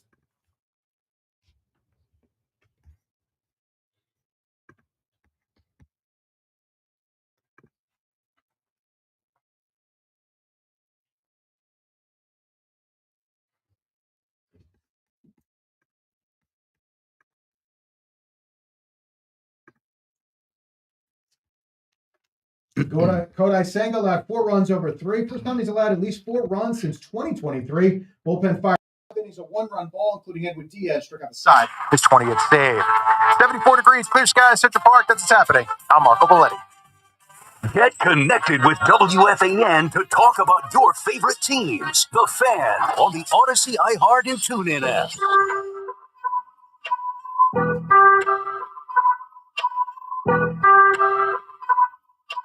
Good morning, good morning. Right back at it on the Fan here. We're going to talk about the Yankees and the Mets. Eventually get to the Giants and the Jets. Keith McPherson on the Fan till 2 a.m. 888-808-1019. And, let's go to the chat. I stream when I'm on now. I've been doing that since, I think, the start of 2025. On my YouTube, on my Twitter, my Twitch, which is weak. But I got to hit, a couple levels on Twitch to become a partner, and then, boom. We got about 1,000 people in the chat, and what has become of this chat is like a nightly community of Yankee fans, Mets fans, sports fans from all over. And they're dope because during the break, when I am refreshing Twitter, looking for things like how I was talking about the Brew Crew, right? Milwaukee, the Brewers. Yeah, they just won again. They just beat the Mariners, and they have the best record in baseball. And now I'm pretty sure they've overtaken the Cubs for first place in the NL Central. So, just talking to people in the chat, some people, let's see, Blake Calhoun says, Yankee fans are crybabies. Y'all lose 3 games, y'all act like the season's over, ready to clean house. Sad fan base. We didn't lose 3 games. So far, we're 2-2 in the second half. What are you talking about? Like when we do get swept 3 games? You know what I get tired of? Hearing people that aren't Yankee fans thinking that Yankee fans are living in just right now. It is compounded. It is series and weeks and months and years of this. It isn't just tonight. This isn't coming off of just one night.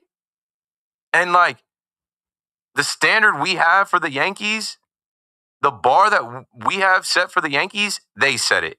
So if you're mad at us or you think we're a sad fan base, no, we're not. We're used to winning and like actually winning the whole thing. Oldtimers Day is back, right?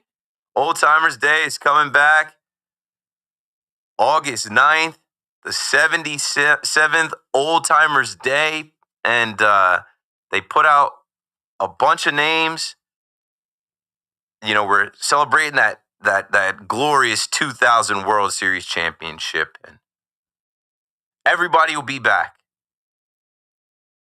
Except the captain. Oh, wait, what? Yup. You heard, and I'm sure he heard, right? People started blaming him for not wanting to play. And now this year they're bringing the game back. So, yeah, Derek Jeter skipping Oldtimers Day. He was down for the Q&A. He was down to come stand around, take pictures, and do interviews. But nah, number 2, he doesn't want to play in the game. So there's that. Let's go to Justin in Floral Park on the Fan. What's up, Justin? Keith, how are you, buddy? Good. How are you? Same story every year, Keith. And until this changes, we're going to be talking about this in October, where the lineup doesn't hit or the pitching doesn't pitch. Okay, Keith, we've seen this too many times. It's the same movie, Keith. Okay, Kevin Gausman pitching like Sandy Koufax out there. I mean, come on. This guy's a good pitcher. He's not a stud. Well, we made him a They've seen him 300 times. Yeah. All of them have a lot of at-bats against him. But, Keith, it's like same story. Their approach is horrible. Okay? I mean, and then here it is again. Error after error after error. Pitching and defense win championships. Rondon looks great until he doesn't look great. That's why I don't trust him. Okay? I put him as the 4th starter if I have a best-of-7 series. Okay? This is the problem with the Yankees. We don't have Cole. We have Fried, obviously, but now he's got this finger issue, which he always has, apparently. It's happened a lot to him. So, Keith, like I said, Toronto is not fearful of the Yankees, okay? So Cashman better get in the lab and make some moves, or this team is going nowhere, Keith. And that's the bottom line. And I've seen this movie too many times for 16 years without a championship. Okay, so yeah, Yankee fans cry because, yes, we're used to winning. We're not used to this secondary crap that they're putting out there. I'm sorry, okay? Paul Goldschmidt's a nice player. He was much better 5 years ago than he is now. Okay? So if you got to trade Goldschmidt to get Suarez here, who I want here, who keeps hitting home run after home run after home run, and is a better upgrade than Peraza, get it done, Cashman. Stop holding on to your prospects that never pan out.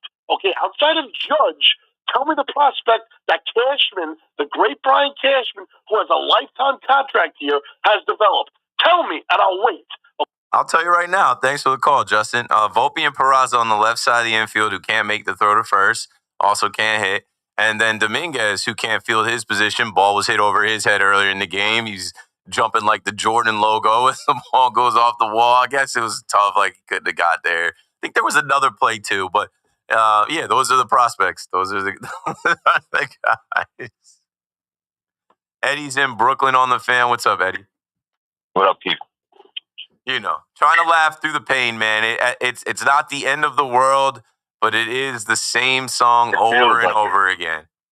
It feels like it, bro. I wanted to say Volpe, bro. I've always been a huge Volpe defender, and I've always been brought up with the concept that shortstops, second basemen, and catchers, they can be light hitting as long as they provide you with great defense. This year, the defense has been atrocious, and it's getting harder and harder to defend the guy. What we're seeing from the Aaron Boone interviews where he seems like he's coddling him, and everyone, even Cashman, if you remember last year, was like, forget who the reporter was, but he was telling him, like, if Volpe doesn't pan out, then if he does hit well, then we'll have a different conversation next year. It was Joel Sherman. It was at the Arizona GM meetings 2 years ago. Yeah, going into last season. The reason we're seeing that is because Cashman and the organization decided to go all in on this guy as a shortstop, and we don't have backup plans. There is no backup plan to Volpe. There's a reason why he's not optioned down, and that's the reason why they keep supporting him and keep showing positive feedback towards Volpe in hopes that it'll pan out, because they don't have a backup plan. And the other thing too, Keith. Yeah, I'm here. But I'll say this about Volpe too: not having a backup plan, like plans can change. You can trade for another guy. You could pick up another guy. You could make that plan. What it is with Volpe is they don't want to have a backup plan. They want it to work out. They drafted him high. They developed him. They set the course. He's cost effective. They believe it's in there. There is no other. Like, they're going to see it through until, you know how I said earlier, I heard someone on the fan, I forget who it was, said the Yankees are the last to know. No, they're not. They know. They're the last to admit. They will be the last ones to admit. If Anthony Volpe, doesn't break out of this, which I don't know when that's happening, like, I would love it to be consistent and whatever, the Yankees will be the last ones to admit it. That might be in like 2028 or never admit it at all. The other thing, DJ LeMahieu, bro, as funny as it sounds, Yankee fans cheered when DJ was DFA'd. Right now, would you rather DJ LeMahieu at third base or Peraza? He couldn't play third. That was the thing. That, bro, like, if he could play third, he'd still be here. Thanks for the call, Eddie. That is the thing. DJ LeMahieu told them that he physically couldn't do it. And so they accommodated him by putting him at second base and putting Jazz at third, who's more athletic, never played the position until last year when Glaber wouldn't move to third. But Jazz, who has a shoulder issue, Jazz, who came back from the oblique, and like, I don't know, man.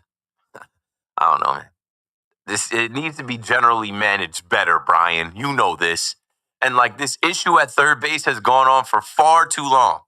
So now we're looking at Eugenio Suarez, and the whole world is looking at Spencer Jones. I'm not trading Spencer Jones. Not for this group. Not at this trade deadline. Are you crazy? There are people that are making the Mets joke with this, saying that trading Spencer Jones for Eugenio Suarez would be like trading Pete Crow Armstrong for Javi Baez. Not doing that. Not doing that. But there were rumors out there that our very own Ricky Ricardo put out saying that there's a proposal on the table, 5 Yankee prospects, not George Lombard, not Spencer Jones, 5 prospects, including Cam Schlittler to the Diamondbacks for Merrill Kelly, Eugenio Suarez, and Jalen Beeks. If so, run it. But it ain't going to be that simple. It's never that simple. But I did see Underdog MLB, as they were putting out trade deadline updates from Bob Nightingale, that the Diamondbacks want pitching in return for trades. Perfect. You want pitching? Can I offer you a Ben Hess as well as a Cam Schlittler? You know what I'm saying? Like, if we don't have to give up Spencer Jones for the rental of Eugenio Suarez and maybe, I don't know, maybe Merrill Kelly. I'd rather Zach Gallen, but whatever. Merrill Kelly just is a pro that can make some starts for you. I don't know what to expect out of him. I wouldn't want to throw him in the postseason, but I don't want to throw Rodon in the postseason. How about Marcus Stroman, though? Golf clap for Marcus Stroman, as most of you thought he was going to be a whole garbage can. Stroman, since returning from the IL, has a 3 ERA. He's only given up 7 earned runs in 21 innings pitched. He had his strikeout numbers up Sunday. I was pleasantly surprised. Marcus Stroman pitching into the 6th inning, like, when you need it, man, when you need it. And at the time, they win the series, and I'm like, okay, good. Because when you line up your pitching and you tell the whole world we're going to throw an opener with Ian Hamilton and the game looks like it looked that Friday, that's very bad. Like, that is just a bad start. It shows no urgency. It feels like you punted the game. Then when you're losing on Saturday, and like I said, Saturday night, I was doing what I was doing. So I got off Yankees Twitter after that ball got hit off the wall and Judge had it. And Judge was ready to throw and nobody was covering second. And I'm like, what the hell is Volpe doing? What is Jazz doing? What goes through these guys' heads when they're playing? Rocks and marbles.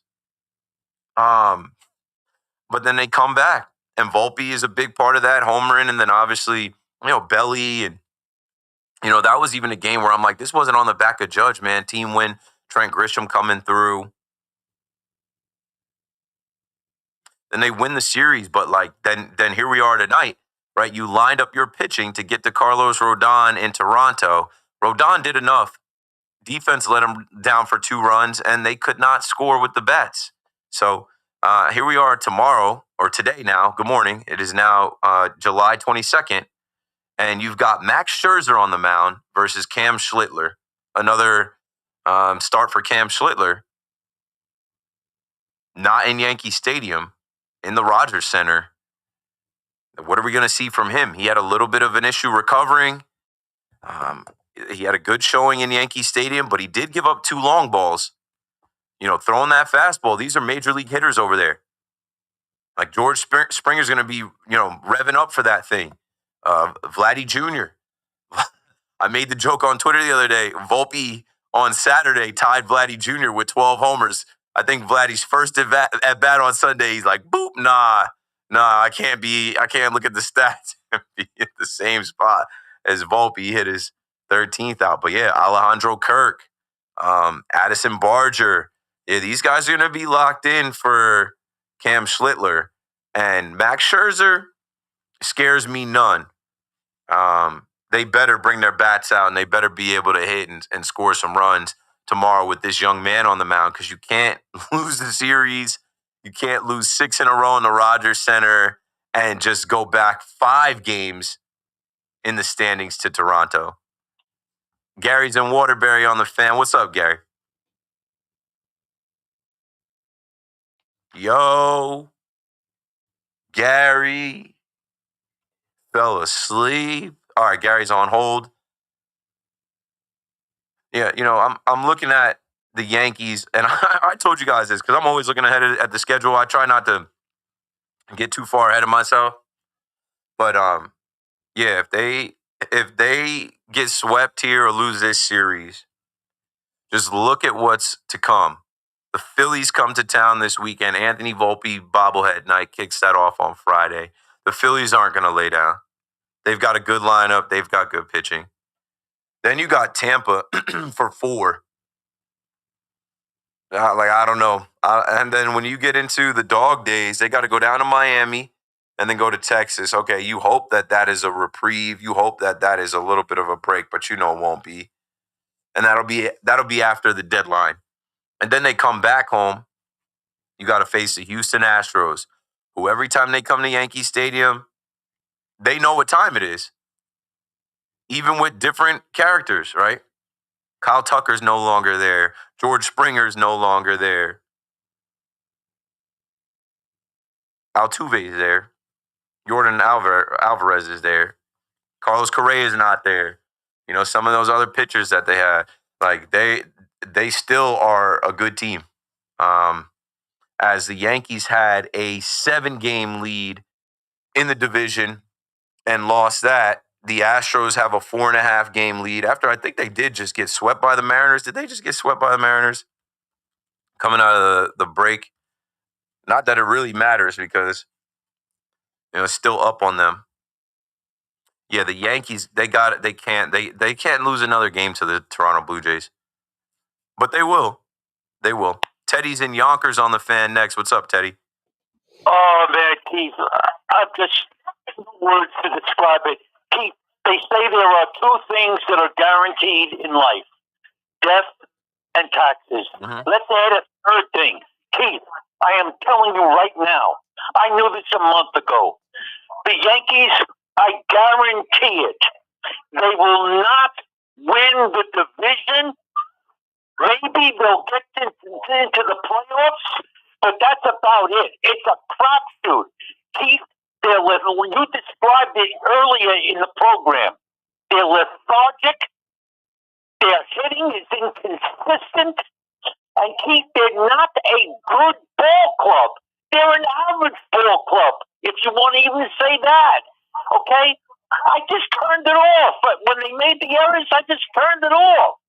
And I'm a Yankee fan since I was at 9 years old. Mickey Mantle growing up. Okay? Keith, I'm just disgusted. It affects my sleep. It affects my blood pressure. And I don't want to. I turn it off. And Yeah. I It's, even go out now. It's the roller coaster with them. Because, if you turn the game off Saturday and then you come back and they rally back and they win 12-8, it's like, wow, that was fun. Wow, this team's got it in them. And then, they win the series Sunday and then they go to Toronto and you're all revved up thinking, here we go. We're going to get our get back. We're going to get our lick back against this team that swept us here last time, and they lay an egg. Keith, the main difference between Toronto this year and Toronto in the past, they're playing with confidence, Keith. When you play with confidence, it's a different ball game. And the Yankees are not playing with confidence. Keith, you may agree with me. You may disagree with me. I think you're great. Your perspective on things is excellent. But this is my opinion based upon my years in watching sports. I taught for 40 years. I coached for 15 years in high school in New York City. Keith, you have to have the tools to do the job. The Yankees don't have the necessary tools. Thanks for the call, Teddy. Well, here comes the trade deadline where they're supposed to get the tools. Here comes the trade deadline where they're supposed to retool. Here comes the trade deadline where it's your last opportunity to improve your team. And last year, they added Jazz, they added Mark Leiter Jr., both of those guys helped, but ultimately it wasn't good enough and it didn't fix the issues that they had the whole season, what the scouting report and MO was on them. They don't play good defense. Just put the ball in the play. The Toronto Blue Jays are laughing at the Yankees because the Dodgers scouting report still holds. Put the ball in play. Their third baseman is barely a major leaguer. Really isn't a major leaguer. Their third baseman can't hit and can't make the throw across the field. Is going to pull that guy off so that run score. And then you know what? I guess the yips is contagious. It'll go right from third base to shortstop. Right, they put the ball in play and they run. You know this. You've already faced them. Everybody's talked about the style of play. They don't strike out. They put the ball in play. And on that turf, they have speed. They run, and they put the pressure on the defense to make the plays. And the Yankees are the exact team that you put that pressure on, and they don't get it done. No, it's okay. It's just one game. They're 2-2 to start the second half. It's no big deal. It's no biggie. They're the Yankees. Silly rabbits, they're going to win the division. What are you guys getting so worried about? 100 games down, 62 to go. That's enough. They're about to get Eugenio Suarez, Merrill Kelly, Jalen Beeks. Who knows? They might get David Bednar. They might get Ryan Helsley. But at least now we're starting to figure out, okay, Stephen Kwan, Emmanuel Clase, Jose Ramirez, those guys aren't being traded. You don't have to call me and mention Jose Ramirez. Don't mention Paul Skeens. Maybe the Yankees land Suarez, but everybody's going after him. I don't know. You can add players. They added players this offseason. It's still the same team. It's still the same issues. They still commit errors at the most crucial moments. They still don't know how to situational hit. They're still swinging out of their shoes. 12 strikeouts tonight. It's I don't know. The joy that they can give you with these comebacks, with coming back from being no hit, coming back from being down on Saturday, and then you sit down and watch a game tonight and you're all ready to go because you're facing a division rival. You expect them to bring some kind of juice, some kind of energy. You get a Stanton homer, that's it offensively. and then you're in a tight game, and Rodon is going to walk guys, right? He escaped too. That's the thing. As I'm looking back at my notes from earlier in the game, which I didn't even go to, like in the second inning and the fifth inning, or fourth inning, he escaped 2 bases loaded jams where I'm like, come on, pick him up now. But I also have a note. Literally in the second inning, let's see, Kirk hits one over Dominguez's head off the wall in left field. Rodon walks the next batter, and you start to think here, okay, here he goes unraveling. Can't overcome anything, but he does. Strikes the next guy out. But then he walks Leo Jimenez, who's hitting .095, then gets the ground out. Okay, good. We're out of there. But in bold and underline, I said, he has no room to keep walking guys. Definitely not guys at the bottom of the order. And then when did it get him? In the fifth inning. George Springer, the 2-hitter, starts the inning off with a walk. That's Rodon's 5th walk of the night. And they're going to make you play, and make you pay. Here comes Vladdy, single. Bo Bichette, double. Springer scores, Vladdy's hustling, he scores. They take the lead. It should have stopped right there. The Yankees should have been able to stop them right there. They should have stopped them right there, 2-1. But you know what? After that, Peraza, I wrote, Peraza is useless. Miles Straw should have been the last out of the 5th. He throws Goldie off the bag, run, scores. Then Volpe follows up, pulls Goldie slightly off the bag to his right. It's like they're thinking about the last one, and they can't hold on to the ball, make the throw, run, scores. You know, Volpe gets the error, but Goldie's got to be able to, whatever. I don't know what to tell y'all, man. I don't know what to tell y'all. Mona's in Bay Ridge on the Fan next. Hello, Mona. Hi, it's Nona. Geez, I just want to invite you to become a Mets fan because get with the program. You need a lovable team that's got a shot. I mean, they have City Connect uniforms. I so badly want the Yankees to make a City Connect uniform. They have a mascot. They have a couple mascots, really 3. They had a WWE night. You'll never see WWE night at Yankee Stadium. Well, I'm not down with the uniform, but I'm definitely down with the Mets. And, come on over. Yeah, but the whole thing is I jumped on the bandwagon when I was like 4 or 5 years old. The Mets got to win. Thanks for the call, Mona. Mona and the Mets. The Mets got to win. Let the Mets win a World Series. They'll have a bunch of young bandwagon fans forever. The Mets are going on 40 years. The last time the Mets won the World Series, I don't know if my parents were even thinking about what I would be if I would be, I don't even know if my parents thought about, hey, they weren't there yet. They weren't there yet. So, nah, you can't switch up. Stay down till you come up. That's what I always say. This is part of it. If the Yankees somehow miraculously, like I was talking to one of the homies recently because he listens to the show, and he's like, bro, you keep putting out negative energy. I'm like, I'm not putting out negative energy. He's like, bro, I heard you this whole season say that you don't think that the Yankees are winning the World Series, bro. Don't be like that. And I'm like, I can only be real.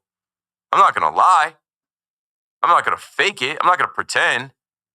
Like, what would you rather have I don't think the Mets are winning the World Series either. Would you rather have a host that comes in completely pom-poms telling you that the organization is fine and the players are fine and you should be happy you're not a Pirates fan or happy you're not a Rockies fan and, oh, this is good enough and, like, this might be our year, or someone that just telling you straight up, I don't see it, bro. You got to make me believe it. And, like, rallying back to beat the Atlanta Braves, who are a whole dumpster fire themselves.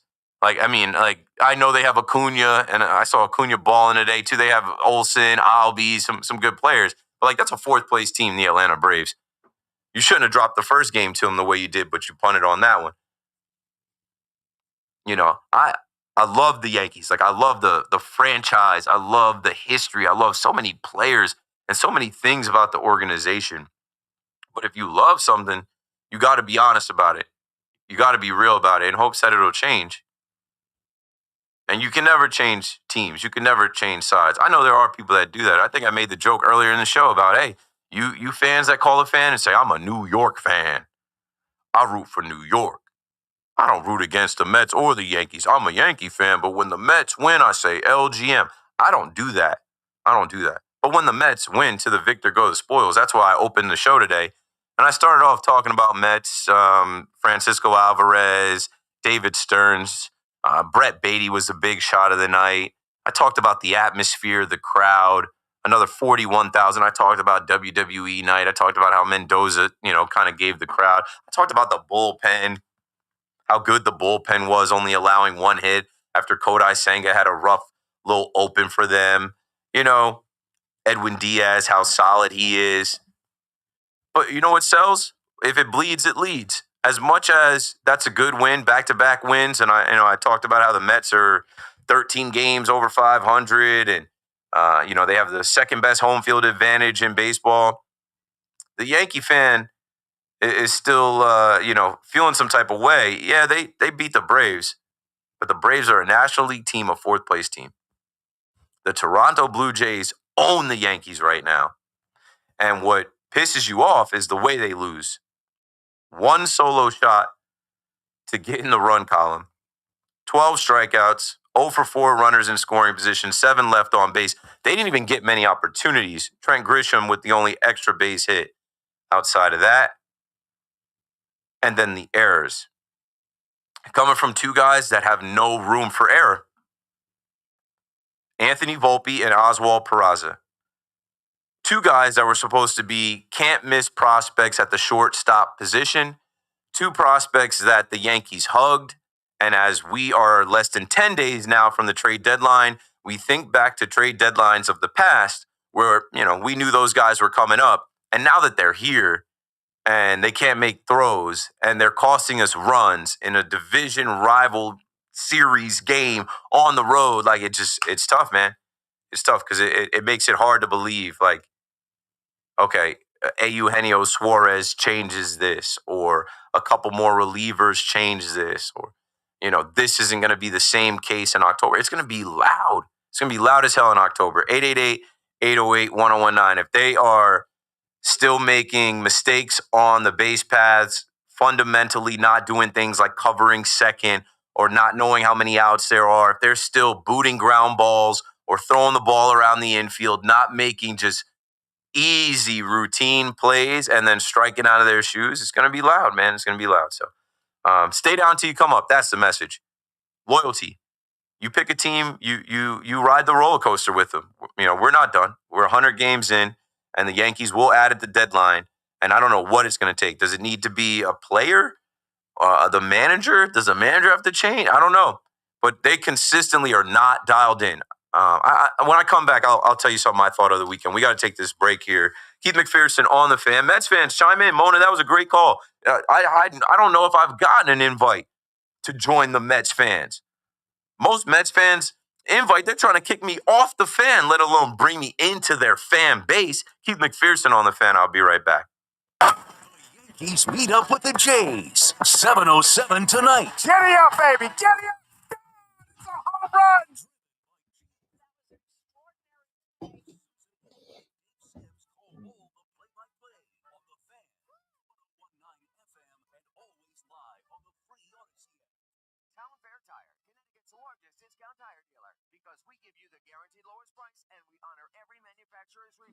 Yo, what's good? You went to the game tonight? Good. Were you there over the weekend?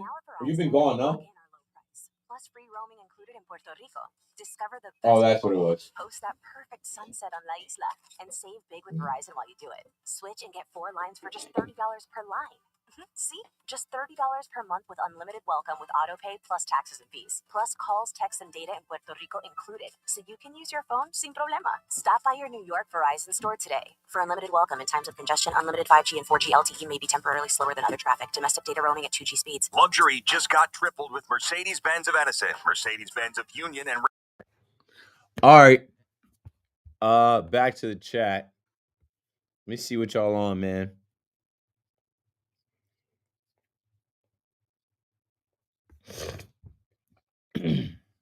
Big Murph, I got something that you said start. I'm going to look for some good stuff from the chat to bring on air. Yeah. I've been a fan since Mickey Mantle. I've been a fan since Derek Jeter. Yeah, I said, never mind me scratching my nose. The coke is a hell of a drug, Booney. One night I was doing someone's like, yo, why you got the coke itch? I'm like, I have allergies. I'm at work. I'm drug free. I have a child. I'm at work. They could piss test me here. My scary ass thing happened this weekend. Yesterday. I don't know why. So my son has his own bathroom. It's just better. I do know why. But for some reason, like, my wife had her dad install like a shower head that you can take down and you can move. I don't know what those are called. And it works though, because like with a baby, you gotta like hose them down like a dog. Scary thing happened where my son was looking up at the hose and the water was dropping. And I tapped it so some water could drop.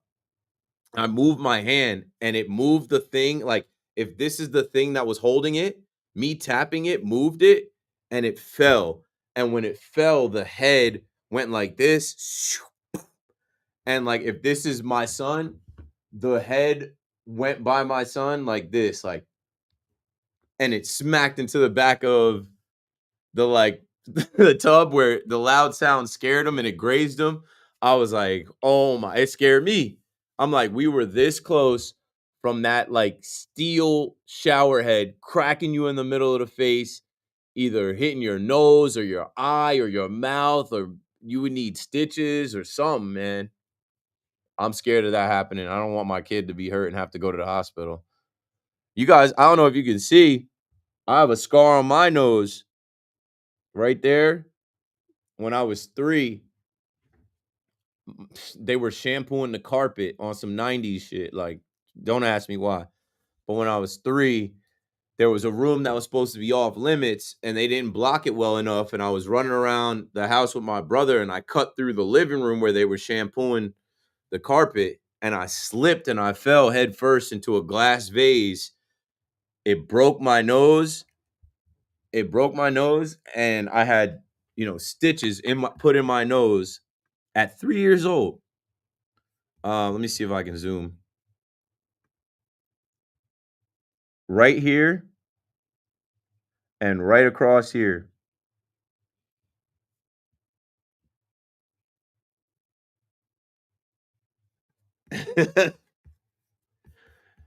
Imagine that at 3 years old, having your face broken, and through the grace of God, one of the reasons I know I have a charmed life and I'm meant to do what I'm doing and be where I am.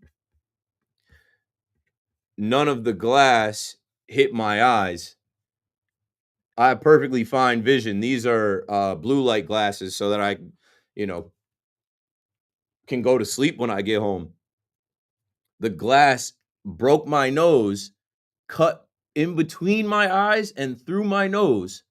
No glass harmed my eyeballs at 3 years old. There you go. Little story time.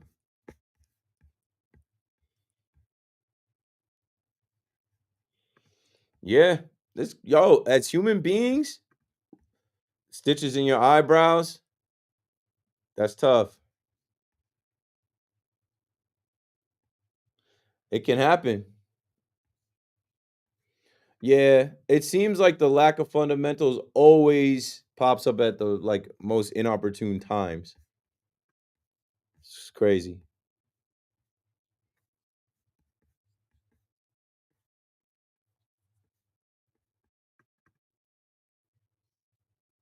All right, here we go.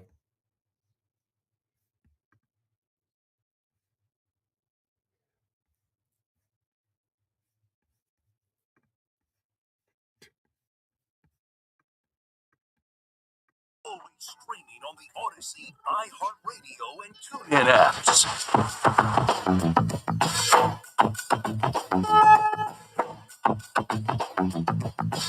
Army with harmony.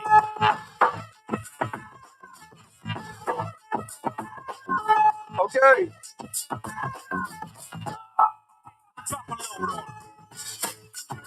Pause. I didn't realize. Did he say drop a load on him? Hey, yo. I didn't realize that's how that song starts. Isn't that OPP by Naughty by Nature? The first thing he says is drop a load on him. Loopy on a late night. I just looked up the lyrics. Army with harmony. Dave, drop a load on him. OPP, I'm sure back then the terminology was different. I'm sure back then nobody thought anything of it. Shout out to Naughty by Nature. Jersey. Keith McPherson here, fan in New York and all that. Talking sports, talking about the Yankees, talking about the Mets.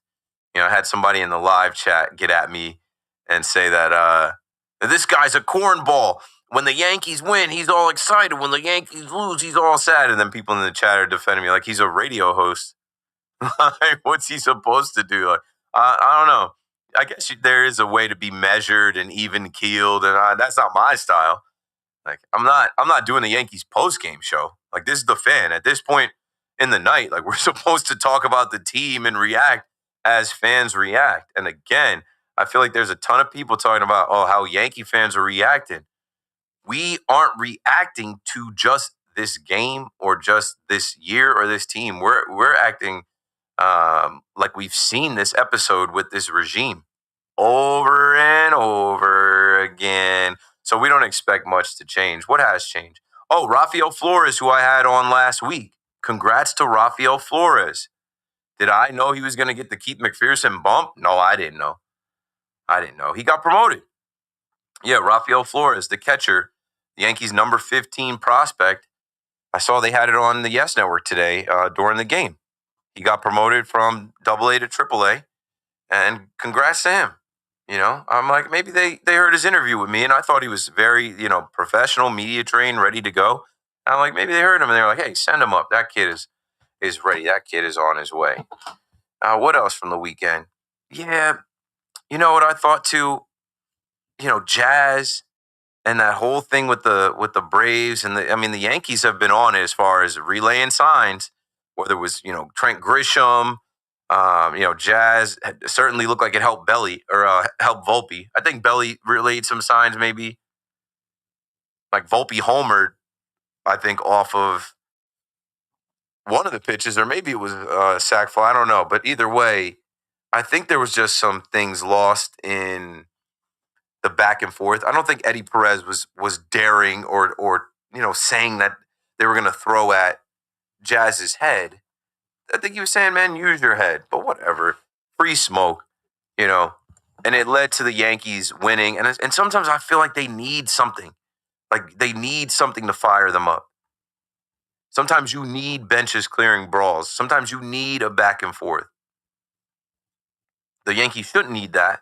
But I felt like they needed it that night. And, that was something that propelled them through the rest of that game. They won that game, and then they ended up winning the series the next day. But, yeah, sometimes you need a little back and forth. And it seems like Jazz is a talker. Jazz seems to be all about it. But then, afterwards, Aaron Boone said, MLB should be looking into it. I don't think they need to look that far. I don't think he was saying to hit him in the head. I think he was saying, and, yeah, it came out later, he was saying, be smart, use your head. But like, what? Be smart, use your head with how I'm relaying the signs that I'm seeing? I'm going to be loud about it. Anyway, Cam Schlittler on the mound tonight against Max Scherzer. Meredith Marakovich reported that Cam Schlittler said he recovered well from the bullpen he had, and he's ready to take the ball. And I don't know. He's somebody that you could trade him perfectly fine. What else from the weekend? David Peterson. Excuse me. I'm thinking about the Mets. So we're going to go Mets next. Ben in Brooklyn, get ready. You're on Decky Matsui. Jeff Passan reports that right-handed reliever David Robertson and the Philadelphia Phillies are in agreement on a 1-year deal. And there was some rumor out there that Robertson was going to go elsewhere. I'm like, I know the Yankees and the Mets were in on him. But yeah, David Robertson goes back to Philly where he was, in the World Series. What else out there? We'll get to it. But anyway, with the Mets, like I said already, bounce back win. Alvarez brings the vibes. Oh, Rico Garcia is back. He went to the Yankees for a terrible outing on Friday in Atlanta, and he'll be back with the Mets now. And the Mets, I think you got to trust in David Stearns. I think he has made so many little moves here, during this time where you don't have the pitching, that now he's going to make the moves to shore up the pitching and shore up the lineup and the roster and his team.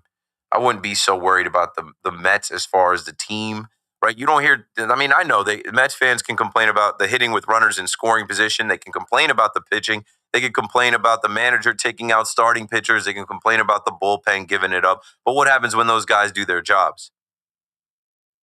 If they end up doing their jobs more than not, you're not going to have so much to complain about. And I know Lindor threw the ball around, but Lindor is really solid. I feel like with the Yankees, we're always talking about fundamentals. We're always talking about, and people, do they teach them fundamentals? Do they go over these things? How come they can't bunt, Keith? How come they don't know how to run the bases? How come they can't make easy throws? I don't know. They're pro ball players. They're supposed to be the mecca of baseball in New York Yankees. I don't have the answers. I don't have the answers for you. But yeah, happy trails, Dickie Lovelady. Rico Garcia is back. Francisco Alvarez is back, and the vibes are back.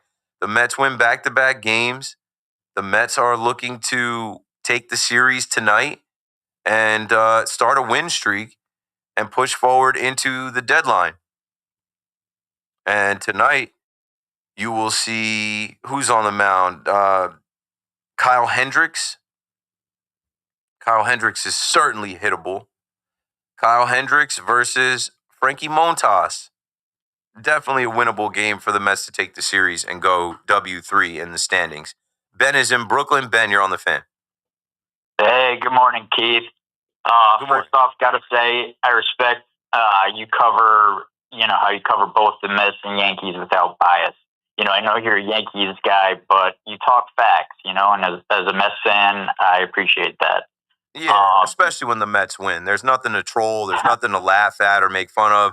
And when the Yankees lose in a night that the Mets win, to the victor go the spoils is what I say. And that was a great game. That was a great win. There was a point in the game where I'm like, I think when they were down 4-2 or 5-3, once Juan Soto tied it, I'm like, okay, they're coming back and they're going to win this one. But go on. 100%. Last night's comeback was awesome and electric. Down 4-0, the kids step up, 80 homers. Alvarez with that clutch RBI double. The bullpen gives us 6 solid innings, and Diaz shuts us down for his 20th save. So that's the kind of win that makes you believe. But let's kind of be honest. The bullpen's hanging on by a thread. We've lost 4 arms. And Stearns knows it's like the biggest need. The offense, as you said, still struggles with runners in scoring position. Last night was a high, but it's been inconsistent all season. I think if a center fielder or third base bat pops up, we should be aggressive. And bottom line, huge win, but if we don't add by the deadline, we're wasting a shot. And curious where you're at. Let's go Mets. Thanks for the call, Ben. They will not waste a shot. I was speaking before about how the owner is set on, he's not going out there and buying Juan Soto to not get Juan Soto into the dance, to not think that Juan Soto can be Juan Soto in the postseason and propel the Mets to the World Series. And what I said before about, everybody slumps, and it's tough to see guys slumping all at the same time or guys not hitting with runners in scoring position. Juan Soto did today. A little single up the middle, that'll do it. But Lindor, postseason proven. Alonso, postseason proven. Juan Soto, World Series champion, very postseason proven. Get those guys to October with some pitching, and anything can happen. Anything can happen. So, no, they're not wasting a shot. And, yeah, I think Stearns is okay, yeah, I know this is patchwork. I know this is piecemeal. I know we're making transaction after transaction every other day. But with all of that being said, when you look at the standings, we're a half game out of first. We're 13 games over 500. So you mean to tell me with Dickie Lovelady, Hagenman, Herget, Davinsky, Zach Pop, some of these random ass dude, Rico Garcia, if you're able to survive with those guys when you do actually hit the trade deadline, and again, reminder that the deadline is the last day to add somebody. They could add someone today. They could add someone tomorrow. Like there could be help on the way this weekend. I think that Stearns is going to make some moves to shore up your bullpen, maybe your rotation, and add another bat to the lineup. Most likely a center fielder or an outfielder. Maybe it's Harrison Bader. Maybe it's Cedric Mullins. I don't think it's going to be Jarren Duran. I really don't. Just because the Red Sox, they need that guy. He homered today with a leadoff homer. And I don't know if you guys saw how the Red Sox won that game on how the Phillies won that game on a catcher's interference. Yup, got him.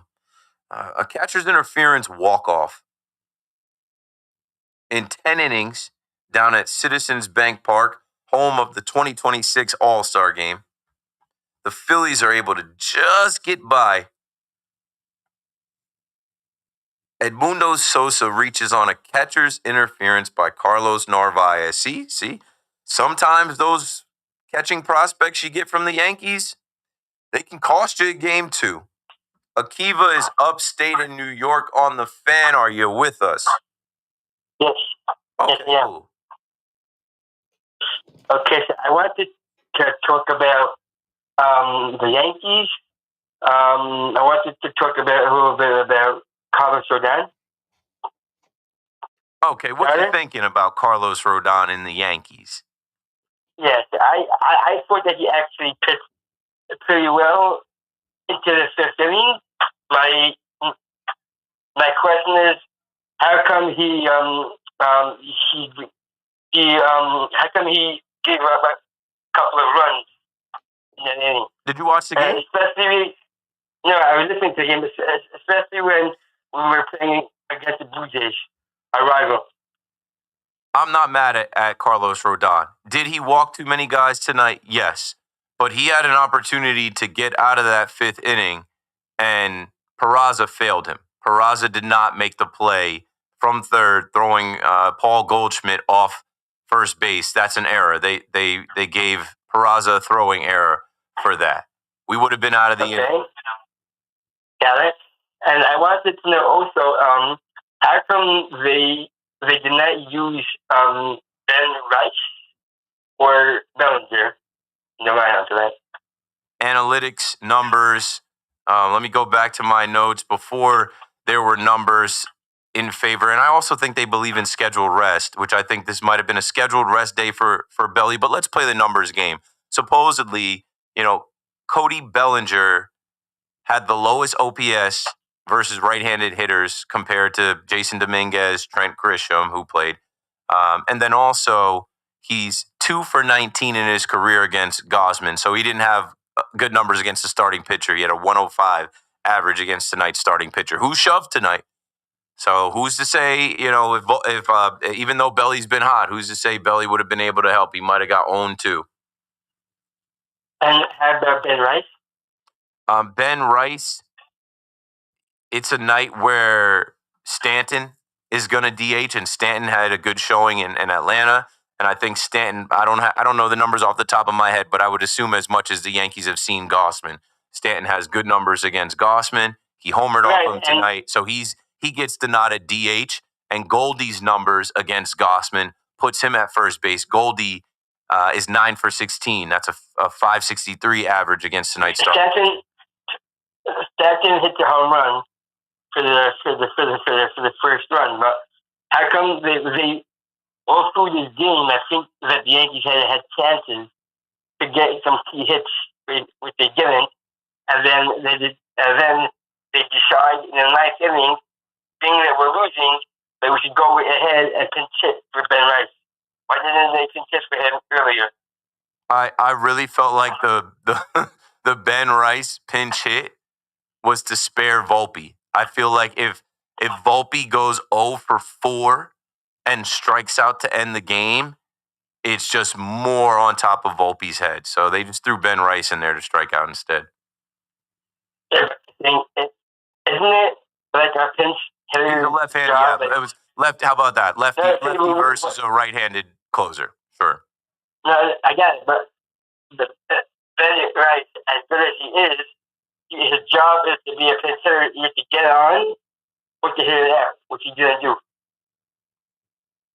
Yeah, to me, pinch hitting Ben Rice there with no one on and it being the last out, I really feel like the impetus was, hey, let's get Volpe, let's pinch hit Volpe. Volpe's not going to do anything here. Let's give Ben Rice a chance to get a hold of one. What if he homers? Yeah, okay, you're still down. No, he didn't, because that's baseball. Sometimes guys are going to strike out when they pinch hit, and it was too little, too late. Man, they had plenty of opportunities. I think Judge left Peraza on third. There was an inning where Jazz had a leadoff walk, 6th inning. Jazz leadoff walk, Stanton pops out, Dominguez strikes out, Goldie strikes out. 1, 2, 3 inning in the 7th. In the 8th, you get a Trent Grisham walk, and then what follows? Judge strikes out, Jazz singles, but then Stanton lines out, Dominguez grounds out. Like, if you want to actually go through, like, Dominguez, not a good night for Dominguez, but yet we are calling for him to play every day. Judge, not a great night either. 2 Ks, 0 for 3, worked a wall. Nobody really did anything at the plate. Stanton homered. Guys didn't even have extra base hits. Trent Grisham had a double. That was it. And if Wells 0 for 4, 2 strikeouts. Volpe 0 for 3, probably would have been 0 for 4 if they left him in. Peraza got a hit and got around the base pass a little bit, but got stranded there, and he sucks. He's batting 150. He can't make throws from third base to get us out of the inning. When we had man at first and second, in that point, you have a guy like Bellinger who knows how to hit the ball out, but he wasn't in the lineup. Yeah, he wasn't in the lineup, and they weren't thinking about pinch hitting him, which also leads me to believe today was a scheduled rest day for Belly coming out of the All-Star break when they all had, 5 days off. Thanks for the call, Akiva, 888-808-1019. When we come back, are you ready for some football? A Monday night into Tuesday morning party. Yeah, I want to talk about Micah Parsons, Rumpelstiltskin. I want to talk about Micah Parsons and Jerry Jones. You know how sometimes I got to believe 1 + 1 = 3. Yeah, we'll talk about Jerry Jones. Talk about Jerry Jones, Stephen Jones, the Dallas Cowboys beating the media. We'll talk about this peculiar situation with Shamar Stewart, who tore up the combine, a freak athlete coming out of Texas A&M. I guess he's going back to A&M. This is odd to me, what's going on with this young man and his rookie contract with the Cincinnati Bengals not going through. I have to send Fleek some audio. We'll play it because then we can really kind of talk around it. We'll talk about the Jets and Giants too, man. Training camp. It is time. We need football. I need football, honestly. Someone called me one time and they're like, what do you think is your, best sport to talk about? I'm like, baseball, just because I was like leaning into the Yankees. But like, it doesn't matter what team I chose to root for as a child. Honestly, I think I'm a football guy. 888-808-1019 this last hour. I'm going to talk football. But if you guys want to get a word in on the Mets or the Yankees, of course we can do that too. Keith McPherson on the Fan. I'll be right back. BT and Sal argue like your group chat, but with...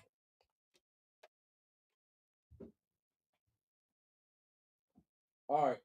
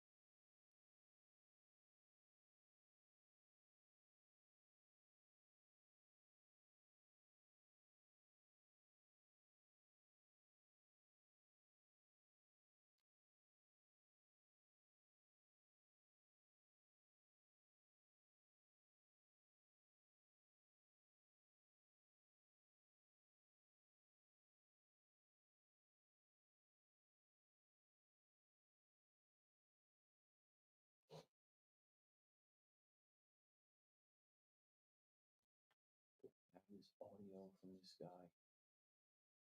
Let me see if I find it. You hear Mike Brown from the Bengals talking about the situation with. It's in the system. Is it? Yeah, which part do you want? Just him talking about like if a player were to get arrested, like basically explain it. So if I tell Fleegs it's in there, Tell them to look in the pro sports. Fleegs, if you look in pro sports, Mike Brown, the owner of the Bengals, spoke today about why they haven't signed Shamar Stewart.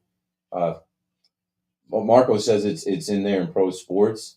I just want him talking about how he's like I'm hesitant to do this, but then he basically says like he doesn't want to guarantee money to a player that could end up in jail or end up getting arrested for domestic violence and not playing, and then they have to pay him.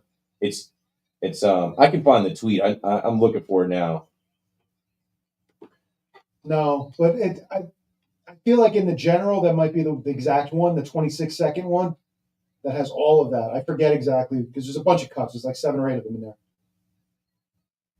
If you look in the Sportsnet general, there should be one Mike Brown cut that's 26 seconds. Start with that one.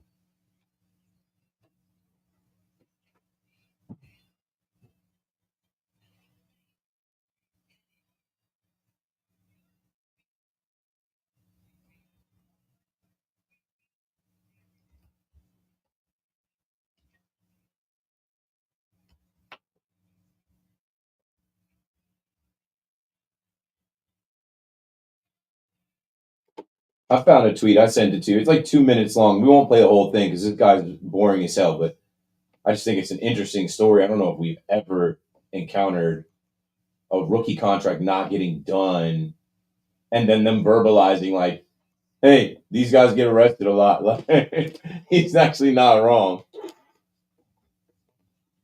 You can't come out and say,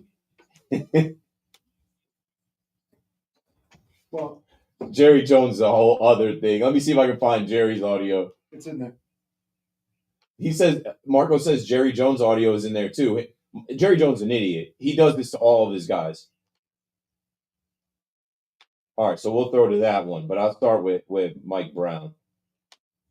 Then I got to find the article that I had about the guy from the Players Association going to the strip club on the NFL's dime, paying for car service. $738.82. Had the car service sitting outside of Tootsie's. I mean,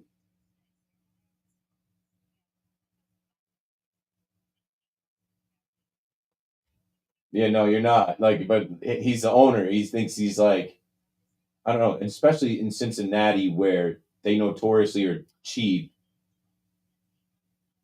yeah, the weird part is that language is in every contract. Yeah. It's in every contract. And so the agent, he wants to void it for the rest of the contract. The normal language is it voids it for that year. right. He wants to get rid of And all so of the it. agent's like, nah, we're not doing that. Other teams have done it. The Bengals haven't. Good morning at 1 o'clock. I'm Marco Belletti. No offense, shoddy defense, not a good combination. Blue Jays finishing off the Yankees 4-1. Oswald Peraza, Anthony Volpe, back-to-back errors in the fifth to a pair of unearned runs. For Volpe, his 12th error of the season, tied for the most by any shortstop in baseball.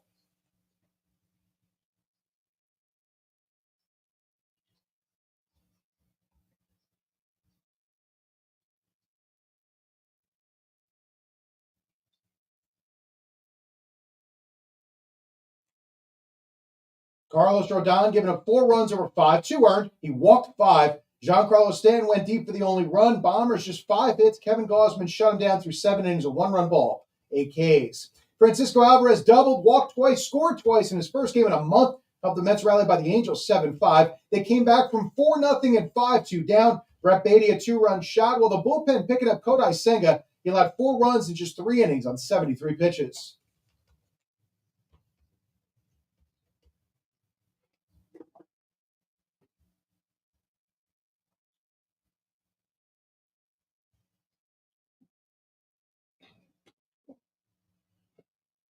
Five arms combined for 5 innings, a 1-run ball. Then Edwin Diaz slammed the door shut. He fanned the side for his 20th save. 73 degrees, clear skies, Central Park. That's what's happening. I'm Marco Belletti.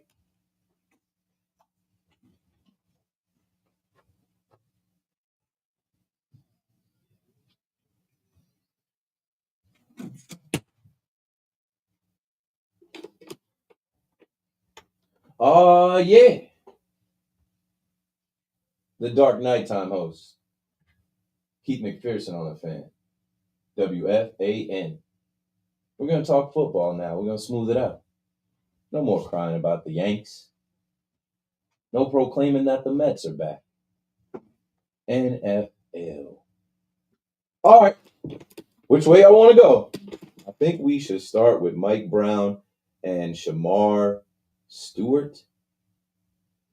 So, I was talking about Shamar Stewart. He absolutely obliterated the combine. That's where he really came on my radar. I didn't see him play all of his games at Texas A&M, but when he went to the combine, I'm like, oh, somebody's going to get a guy.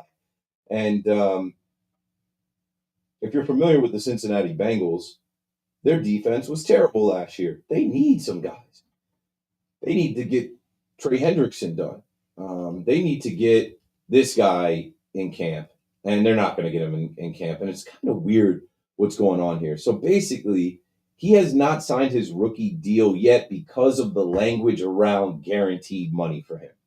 Now, not just any guaranteed money, not the bonus, but like they are caught on Mike Brown, the owner of the Bengals, Shamar Stewart and his agency representation, his agent. What the holdup is guaranteed money. In the case of if he were to do something illegal or get in trouble or have any type of discipline by the law outside of like an NFL suspension or I was talking about Rashee Rice last week and how unfortunate it is that these players get money and they want to race cars or drunk drive and speed. And like you would hope that they would learn from the people before, and they never learn. So let's play Mike Brown. Mike Brown, the owner of the Cincinnati Bengals, who are historically cheap. They're also in Ohio. They do have the highest paid quarterback and receiver in the league, but Mike Brown is about 90 years old. He's an old school cat, and they asked him about they asked him pretty much about the situation at hand here, and lucky for us, we were all able to hear what Mike Brown had to say today. Let's play a little bit of it in regards to Shamar Stewart, his rookie contract with the Bengals, and him not being in camp.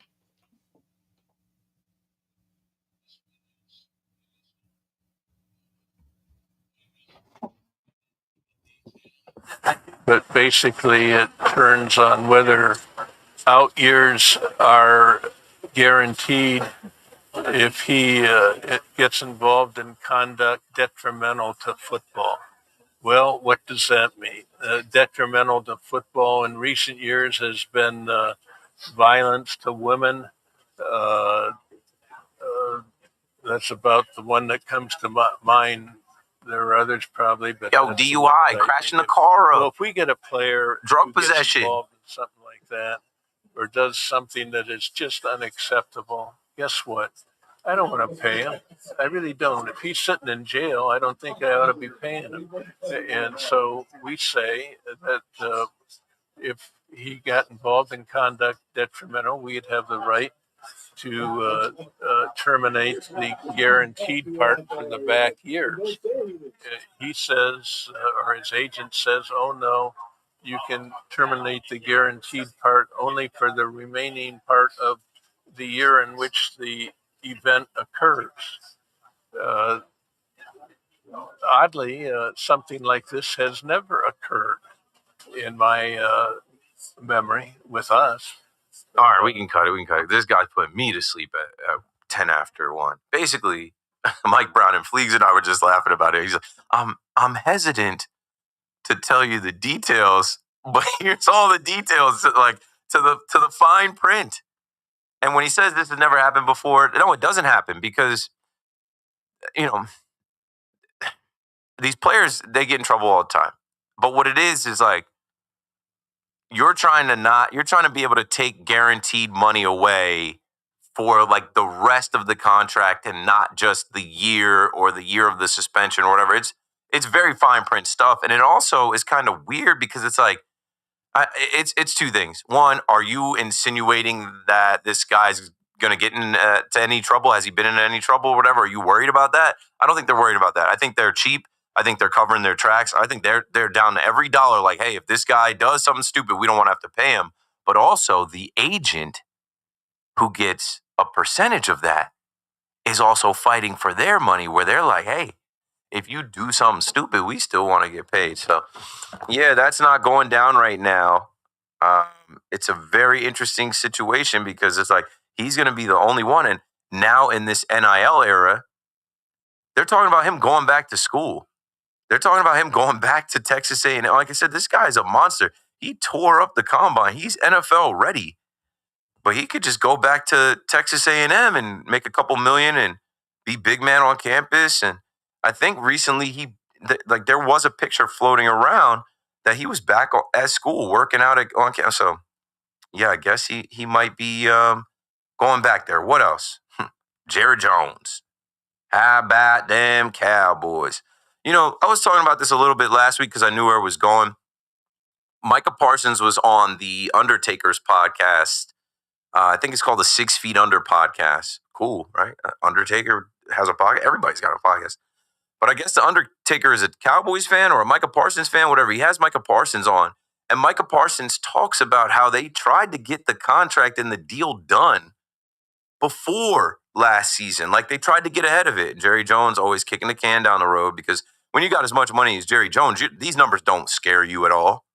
These players' contracts. But what should scare you is the fact that you've been doing this for so long and it hasn't worked and you've had all this talent. And for some reason, with all the talent you've had, you can't figure out how to stay under the cap or how to field the team with all that money that can actually get to the NFC Championship, get back to the Super Bowl. And you keep doing things that piss off your fan base and your players. Never mind how they handled Mike McCarthy's situation and landed on hiring Brian Schottenheimer, who nobody else wanted. Now that's their head coach. Jerry Jones spoke today, and I remember him doing this with Ezekiel Elliott. I remember him doing this with CeeDee Lamb just last year. He even brought up Emmitt Smith's name and Emmitt Smith's holdout from many moons ago. But he took the opportunity today to not just take a crap on Micah Parsons, but also take a crap on the quarterback of the team, Dak Prescott.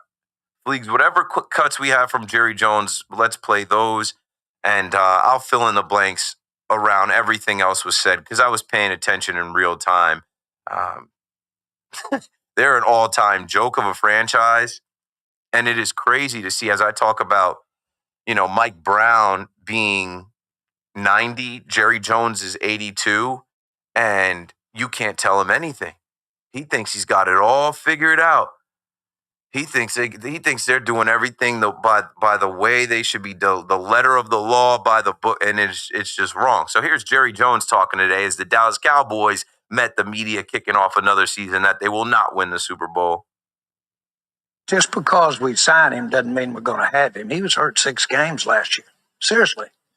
We've signed, I remember signing a player for the highest paid at the position in the league, and he got knocked out 2/3 of the year, Dak Prescott. So there's a lot of things you can think about when you, just as the player does, when you're thinking about committing and guaranteeing money. First off, Micah Parsons didn't miss 6 games last year. So you embellished, you lied, you stretched the truth on that. He missed 4 games and the team was dead in the water. You don't need your players playing extra games when you're not winning anything. He missed 4 games. You stretched that into 6. And then Dak Prescott, you're going to mention, there was a player. It's not a guarantee that you're going to pay him and we're going to have him. That was your fault as well. I don't know how many times I screamed about Dak was a 4th-round draft pick. There's no way he should ever be the highest paid player in the NFL. They have fumbled his contract at every opportunity that they had to sign him for less. And then when he gets hurt, that's football. And the last thing I'll say about it, J.J. Watt said something about it today that Micah Parsons retweeted. It's football. Guys are going to get hurt. That's why they are fighting for guaranteed money. But J.J. Watt writes, anytime you publicly take a dig at your star quarterback and your star pass rusher simultaneously right before the season begins, you just got to take it. Nothing makes guys want to fight for you more than hearing how upset you are that they got hurt while fighting for you. It's football, bro. You think these guys don't want to play? They want to play for the name on the back of their jersey, their families. They want to play for their own personal conquests and desire. And you call these guys out that, like, after you pay them, they get hurt. Today, he also took a crap on Terrence Steele and Trayvon Diggs, guys that he did try to get in front of paying because it's cheaper to pay a tackle and a backup tackle and a corner. But it's just like Jerry Jones lives in this alternate universe, and there's a reason why they can't win, why it's not working. And they've had all this talent, and they just don't ever figure it out because it's Jerry Jones' school of GMing, him and his son, Stephen Jones. Play the last Jerry Jones clip we have. Contracts are 4 or 5 years. Okay? There's a lot of water under the bridge if you step out there and do something in the first 2 or 3. You can get hit by a car. Seriously. And so there's a lot to look at over a lot of years that could make a big difference. Have you ever heard of any clubs committing to players and then they didn't pan out after they committed to them? We have.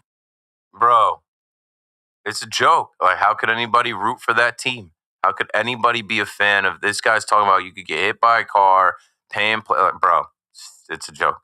Anyway, there's so much more to talk about in the NFL as I see Yankee calls and Mets calls coming in. Like I said, I'm going to talk football, but I'll get back to it. There's a couple more things. As I was talking about Cincinnati and Mike Brown, you know, this Cincinnati story comes back to New York.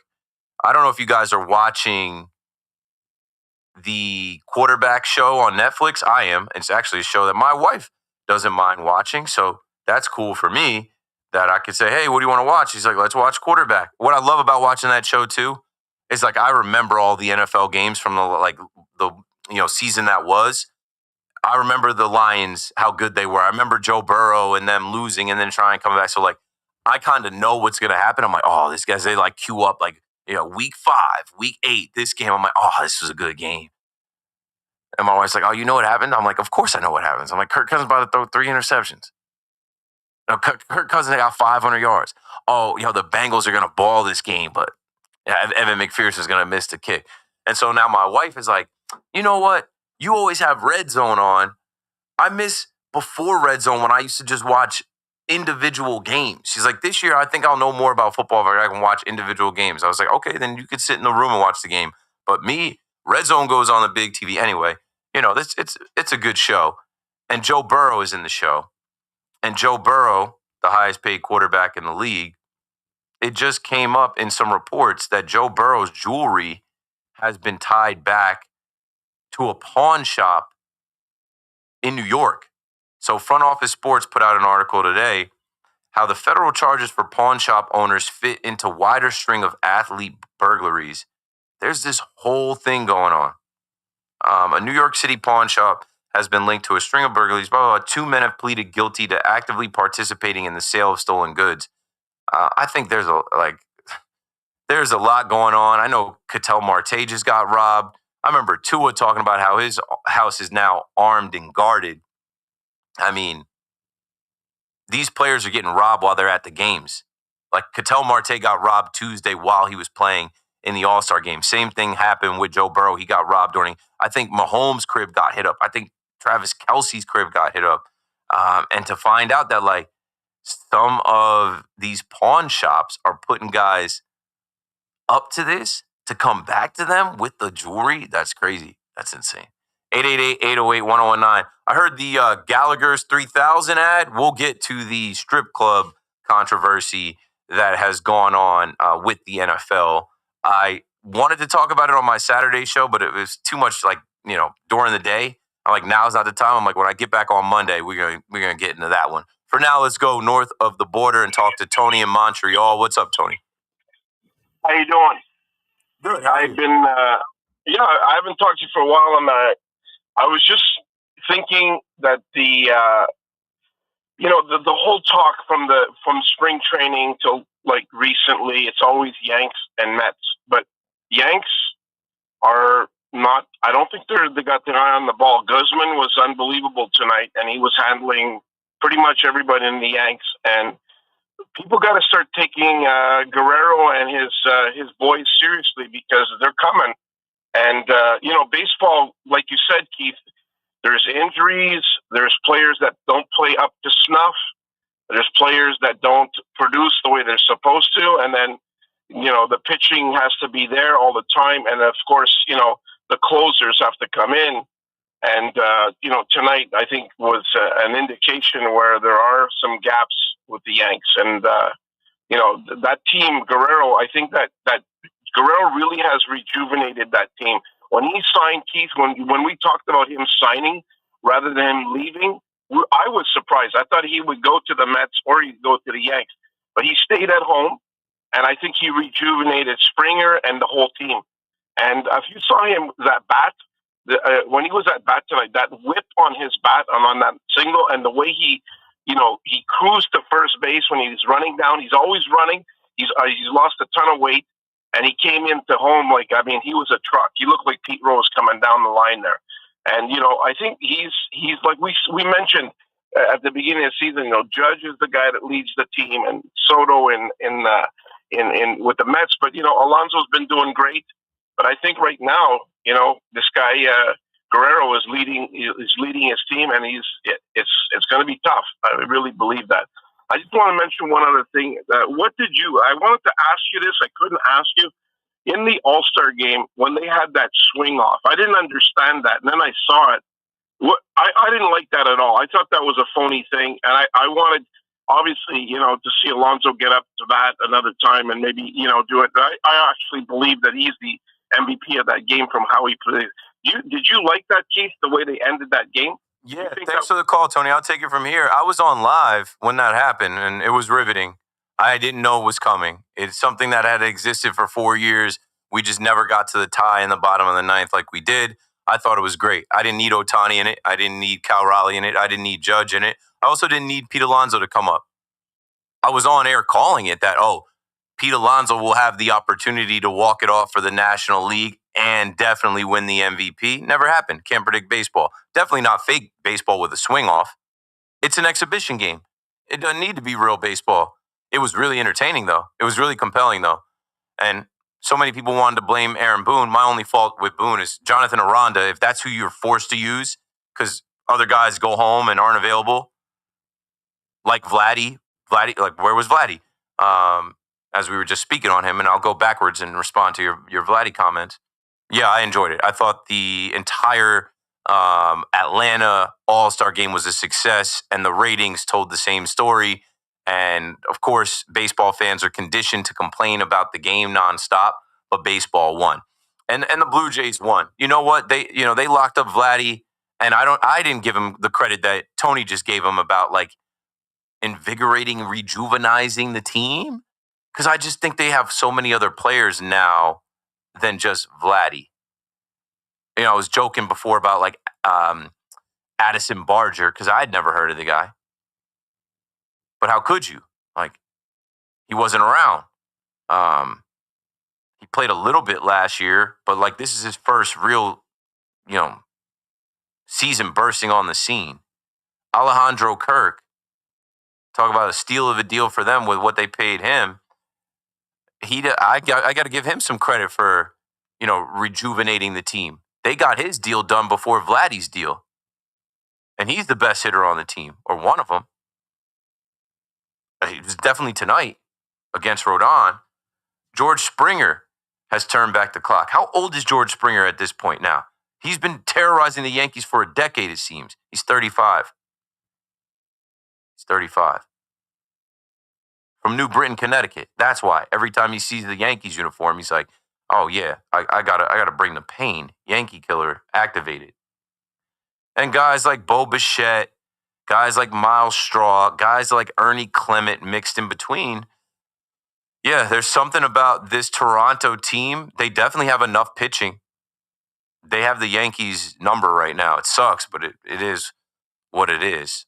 Vladdy was running. Yeah, Vladdy's out there looking like a whole linebacker. Speaking of linebackers, there is a move that the Giants made that is starting to turn some heads and get some recognition. As I was reading through some articles, there's an article on G-Men HQ. Giants' smartest offseason move is turning heads, and it's not the rookies.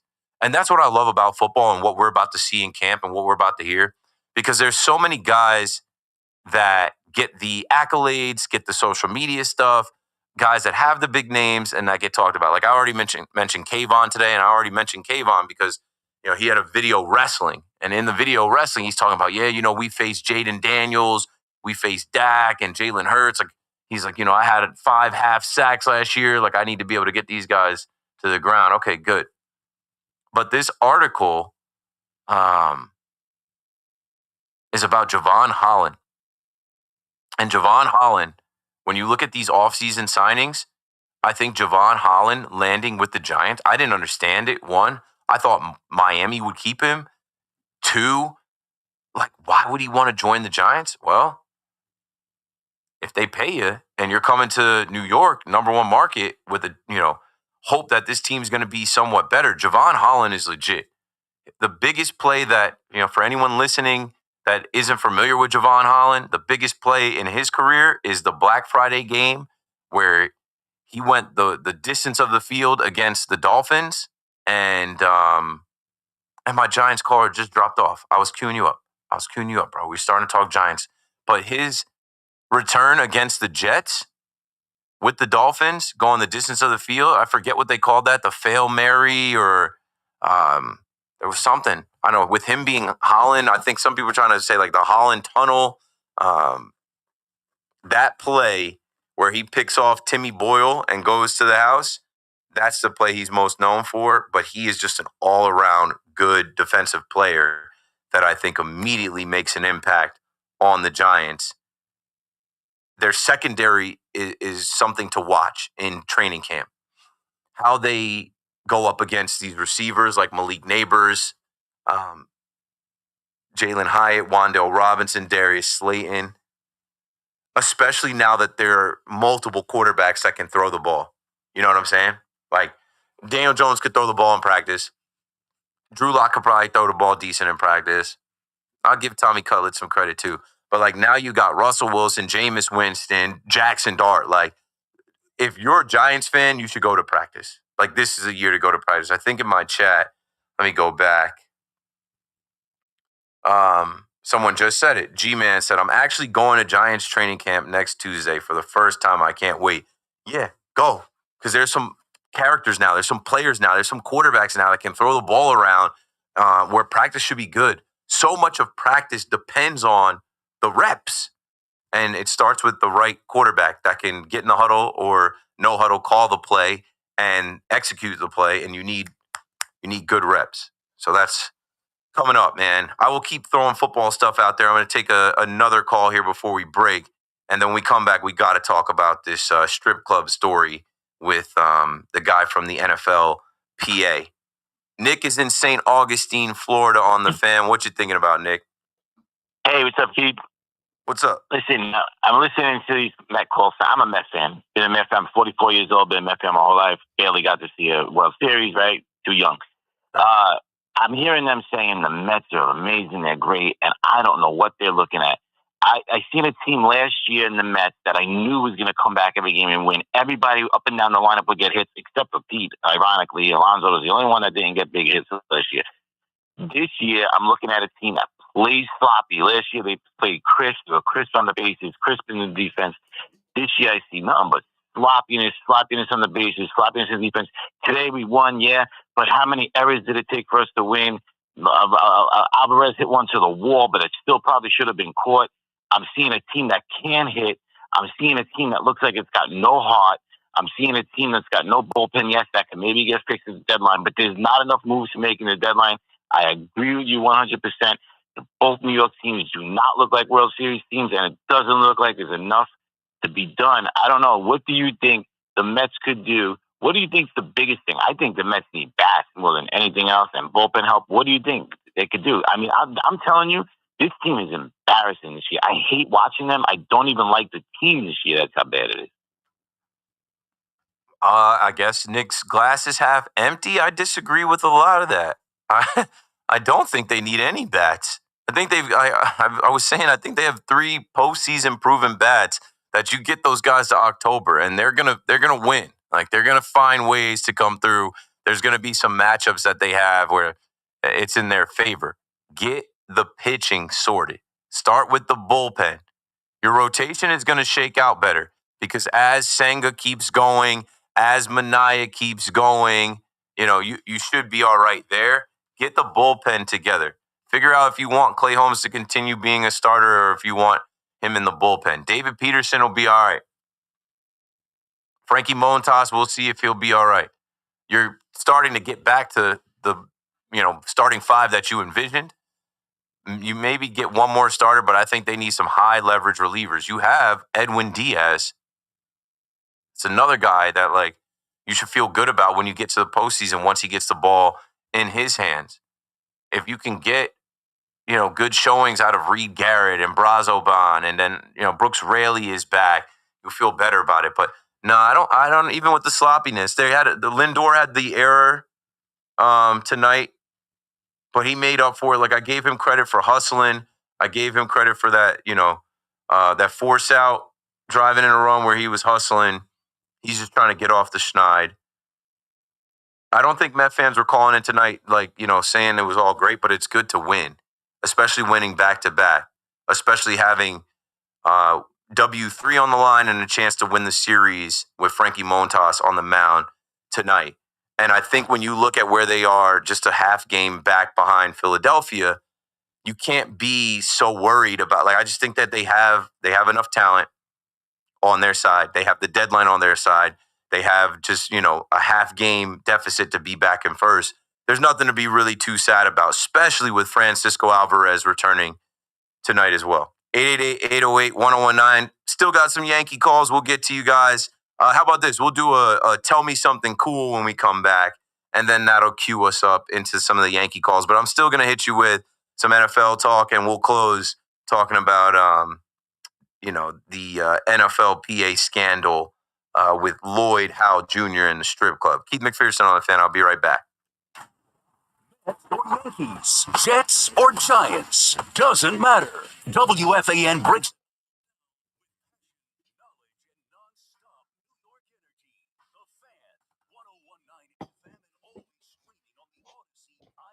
So yeah, you've done this before. You know what the Tell Me Something Cool drop is. Yeah, so whatever rejoin it is, just play it off.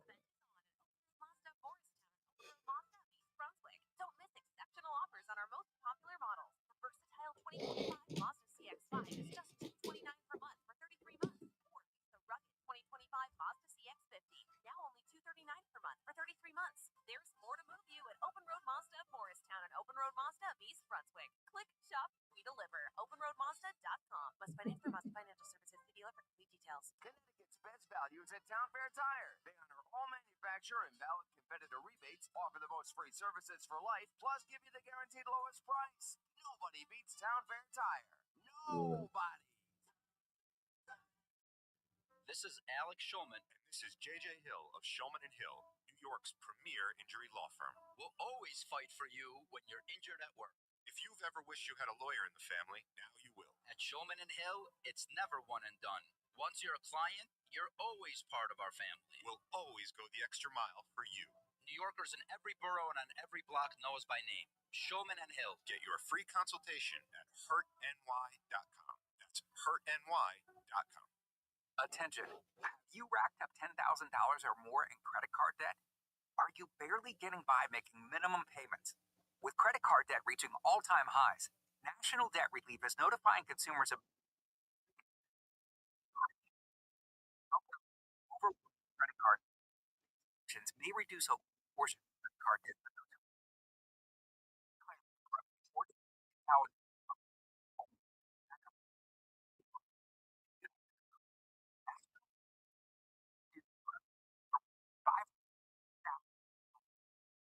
Wait, 10, $20.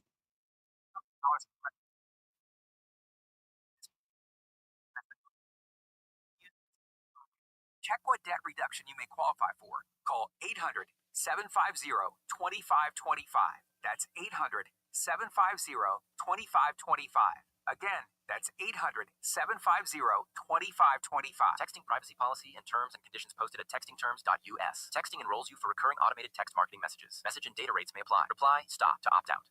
There's a lot on the line in divorce. This is Joe Cordell of Cordell & Cordell, the largest family law firm in the country. When you find yourself facing divorce, you need a partner you can count on. Connect with a local divorce attorney today. Text Joe22 to 32 32 32. 866-323-7529. 250 Paley, Saddlebrook. Diana Magala, licensed in New York and New Jersey. Joseph Cordell, licensed in Missouri and Illinois. Wesley Financial Group, Oliver. Hi, I'm Chuck McDowell, the timeshare cancellation guy. In 2011, I founded Wesley Financial Group with one goal in mind: to help honest folks out of their timeshares permanently. Today, I run Wesley with my two sons, a real family business, treating every client and every employee like we'd want our own family treated.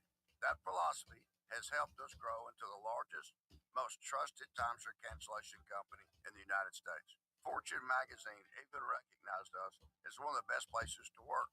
Why?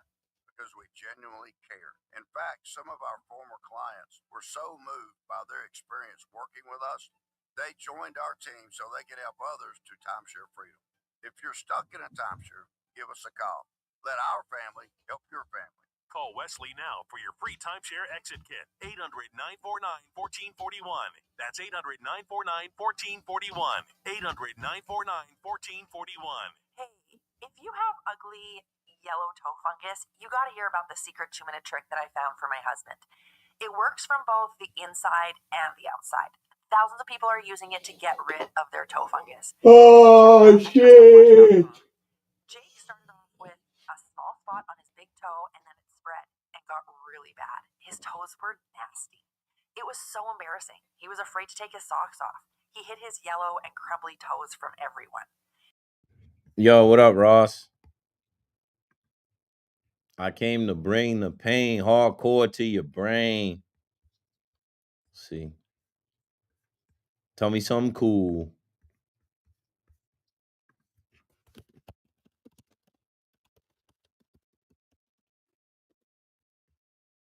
Got a couple things. Got a couple things to tell you.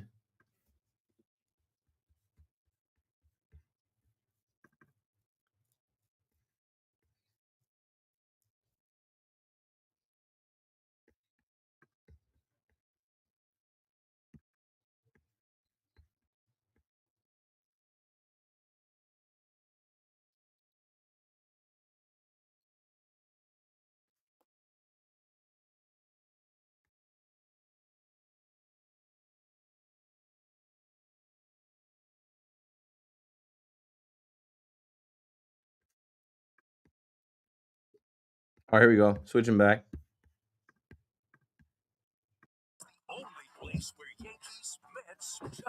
Jets fans come together and sound off. The Fan, 101.9 FM, and always streaming on the Odyssey, iHeartRadio, and TuneIn apps.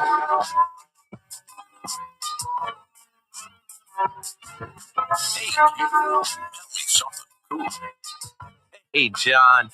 Good to hear from you again. Got a couple cool things to tell you. Which way should we go?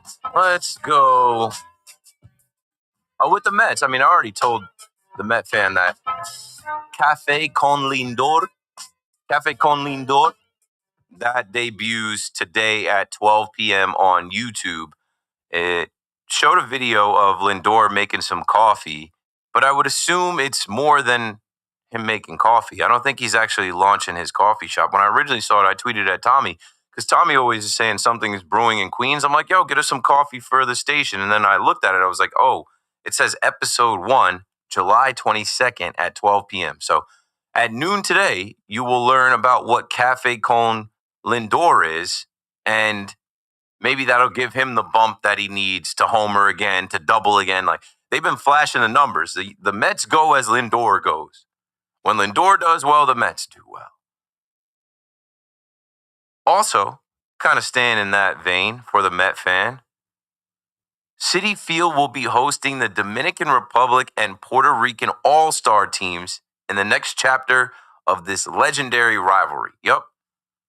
November 15th, you will see DR versus PR, the showdown in NYC at Citi Field.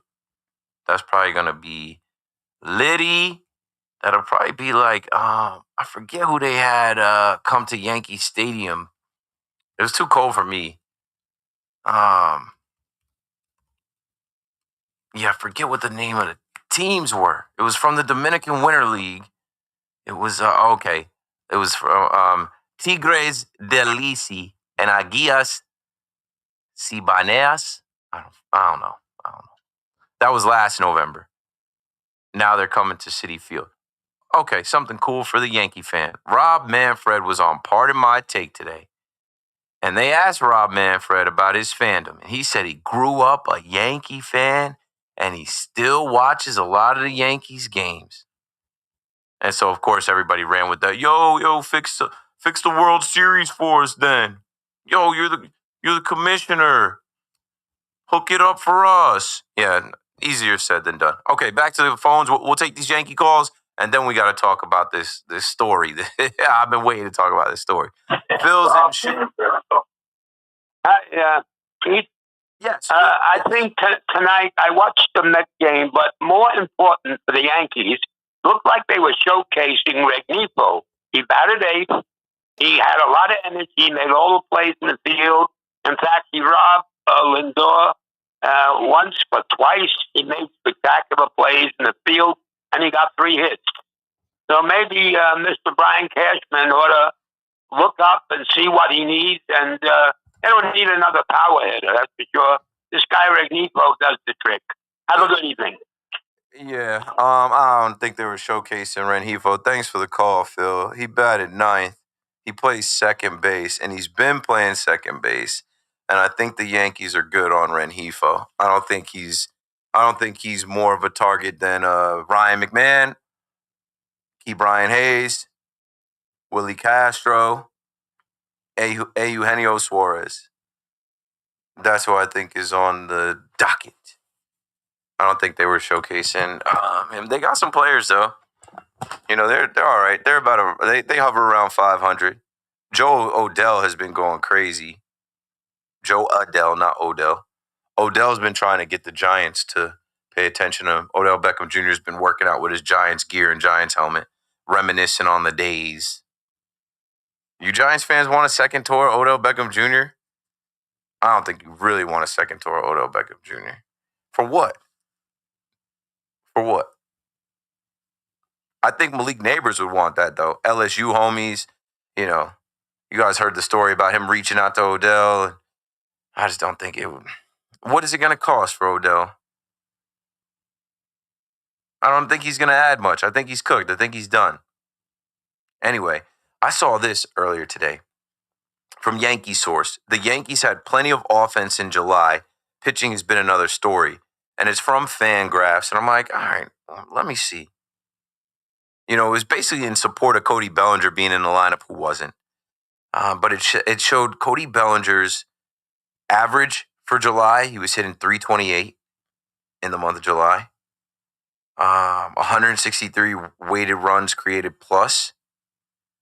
His on-base percentage, slugging, let's see. Slugging was 609. Let me see what other numbers jumped out at me. Oh, Trent Grisham and Paul Goldschmidt were back up in July. Trent Grisham was batting 323 in July. Paul Goldschmidt 333. Anthony Volpe 150. Oswald Peraza 103. And of course, they damned us with their gloves last night. Brian's in Pennington, New Jersey on the Fan. Brian, tell us something cool.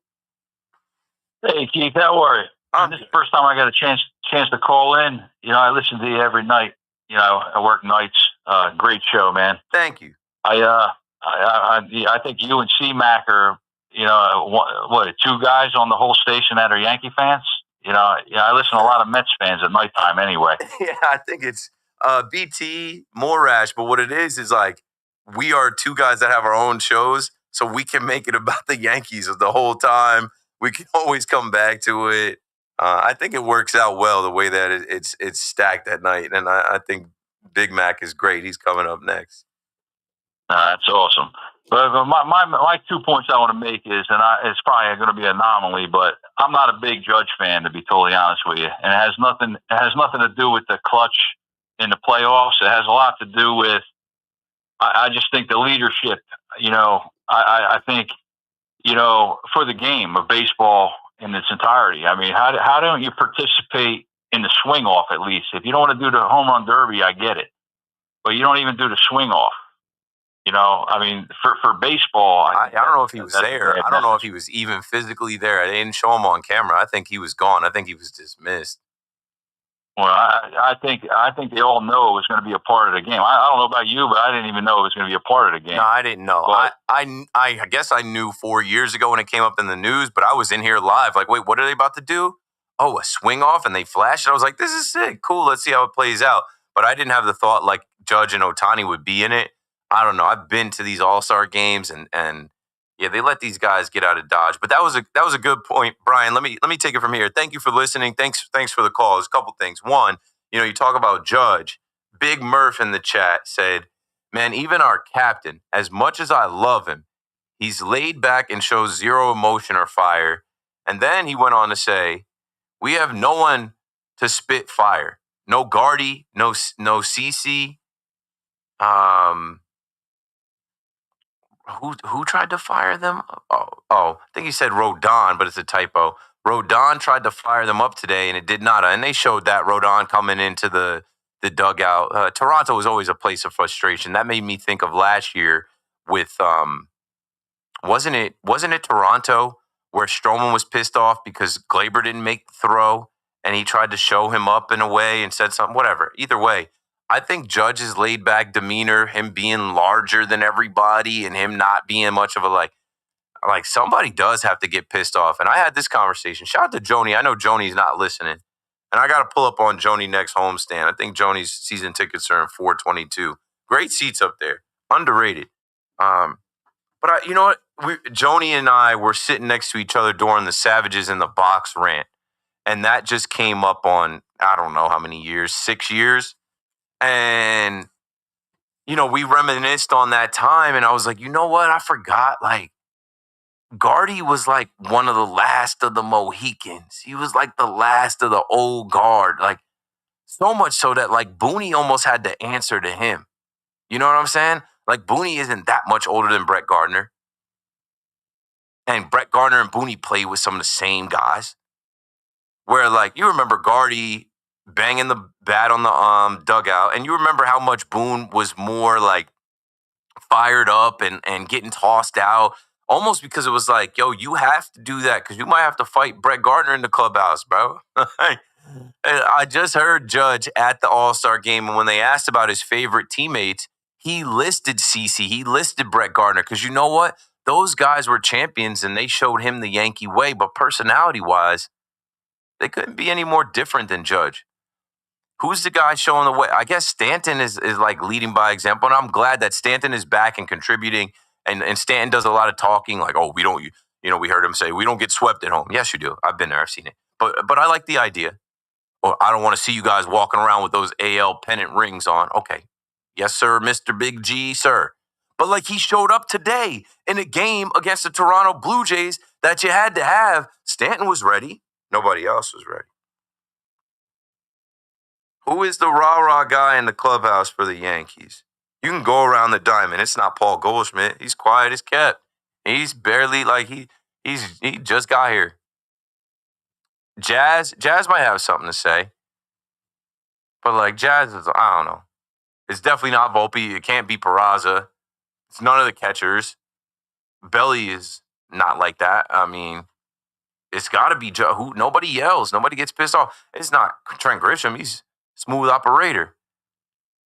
He had a grand slam. He didn't show any emotion.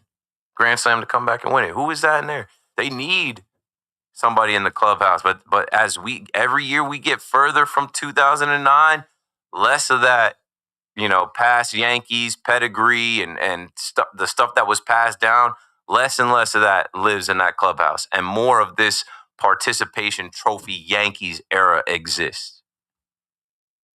More of this Aaron Boone coddling players everything's going to be all right. Get them next time. No. Your metrics are lying to you. You know, speaking of CeCe's coming up on that Hall of Fame. Oh, happy birthday to CeCe Sabathia. Missed it by a day. Should have said it before the clock turned 12. But yeah, I thought about going up to Cooperstown. It's too far. Once you have a kid, everything becomes like, it's too far. Too far to take the kid, too far to leave the kid. Too far for me to go and leave the kid with my wife. I'm not going, but I'll be watching. Super excited to see CeCe go to the Hall of Fame and hopefully get honored in Yankee Stadium with his own day, maybe get his number retired. Okay, now the moment you've all been waiting for. I had to wait till the kids went to bed. If you know me, you know I grew up in a strip club. First time I ever entered the Gentleman's Club, I was 16. And then I was DJing in the strip club by the time I was 19.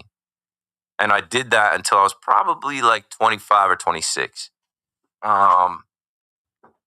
Never fell for a stripper. Never dated one.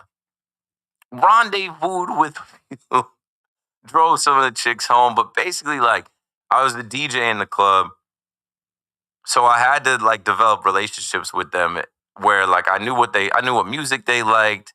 I knew what time of the night to play certain songs. And the way that they paid you at the strip club doesn't actually pay you. The girls pay you out. I've told this story on the Fan years ago. And usually the Gallagher's ad is what prompts it. The minimum the girls can pay you is $20 per shift. If you pay me $20, you're a bum. I'm not even going to go into detail on that. But what I'm saying is, like, man, those nights would start at 7 p.m. and not end till 5, sometimes 6 a.m. because it depends. If I end up going somewhere, taking some of the girls home, getting something to eat, whatever. A lot of them don't have cars. A lot of them live in some sketchy areas. A lot of them were scared to leave the club because it felt like guys were waiting on them. Hey, can you give me a ride home? Can you walk me in the car? Anyway, I learned a lot about, being in the nightlife, being in the club. And before I was married and before I had a kid, I felt like that gave me such an advantage in other strip clubs that I would go to across the country or anywhere. Well, speaking of such, this guy, Lloyd Howe Jr., yeah, he went to 2 strip clubs.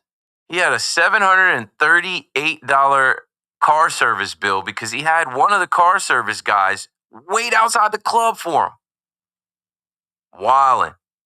He went from the Fort Lauderdale airport at 10:26 to Miami Gardens, which, like, there's so many strip clubs around there, bro. Don't go to the main ones. Like, you could have the guy wait anyway. This guy charged so much money that he got flagged. And it's hilarious when you actually read through it, right? He went to Magic City after he went to, Tootsie's. He went to Magic City in February, and he charged $2,426 of a bill, ranging from ATM withdrawals where he took out anywhere from $200 to $525. Documents show he used 2 VIP rooms, so Buddy was getting it in. And sometimes when you're in them VIP rooms, the price goes up. You got to go to the ATM. Even if you came in there with cash, you got no choice but to use the NFL company card on the ATM. And if you're going to take out $200, you might as well take out $500 because they're docking you $20 per transaction. This article is one of my favorite stories of the year. But he tried to cover it up and say that the purpose of the strip club outing was player engagement to support and grow our union. Yeah, all right. I can't knock it, though, man. He had to resign. He stepped down immediately. Hands up. You got me. You got me. Hopefully it was worth it. Hopefully Peaches or Destiny or Diamond or one of them got you right, man. On the NFLPA company card. The audacity. Don't you make enough money? Anyway, C-Mac is coming up next. Thanks for listening to my show. Keith McPherson on the Fan. I'm out. Good night. Sports Radio 101.9 FM.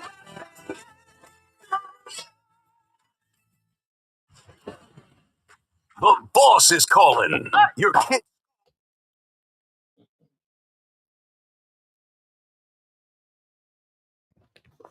Yeah, never hit a stripper, but did tango with one of the drink girls. Drink girls are different. Drink girls aren't strippers. They just walk around in lingerie, titties out, ass out. Did pull me a bad drink girl. Was trying to pull her and her friend. They weren't both going. They felt like I was going to tell everybody at the strip club. And I'm like, I'm not telling anybody anything. Come along with me. Yeah, those were the days, yo. To be young, to have those summers again. I'm washed now. I'm cooked now. Now I talk on the radio at night. And then I go home and I got to creep into the crib quietly because my son is asleep and my wife is asleep. Younger me, I go to the strip club right now, get it cracking. I could show you young boys a thing or two about how to get it in the club. Like, that's why I'm laughing at that article. There are ways around all of that, buddy. You shouldn't be taking out that much money from the ATM at the strip club. I could come in the strip club and stretch $200. Yeah, you're right. I am washed. Yo, appreciate y'all, man. You already know what to do out here. Bang that like. 1,300. We'll do this again tomorrow. Peace.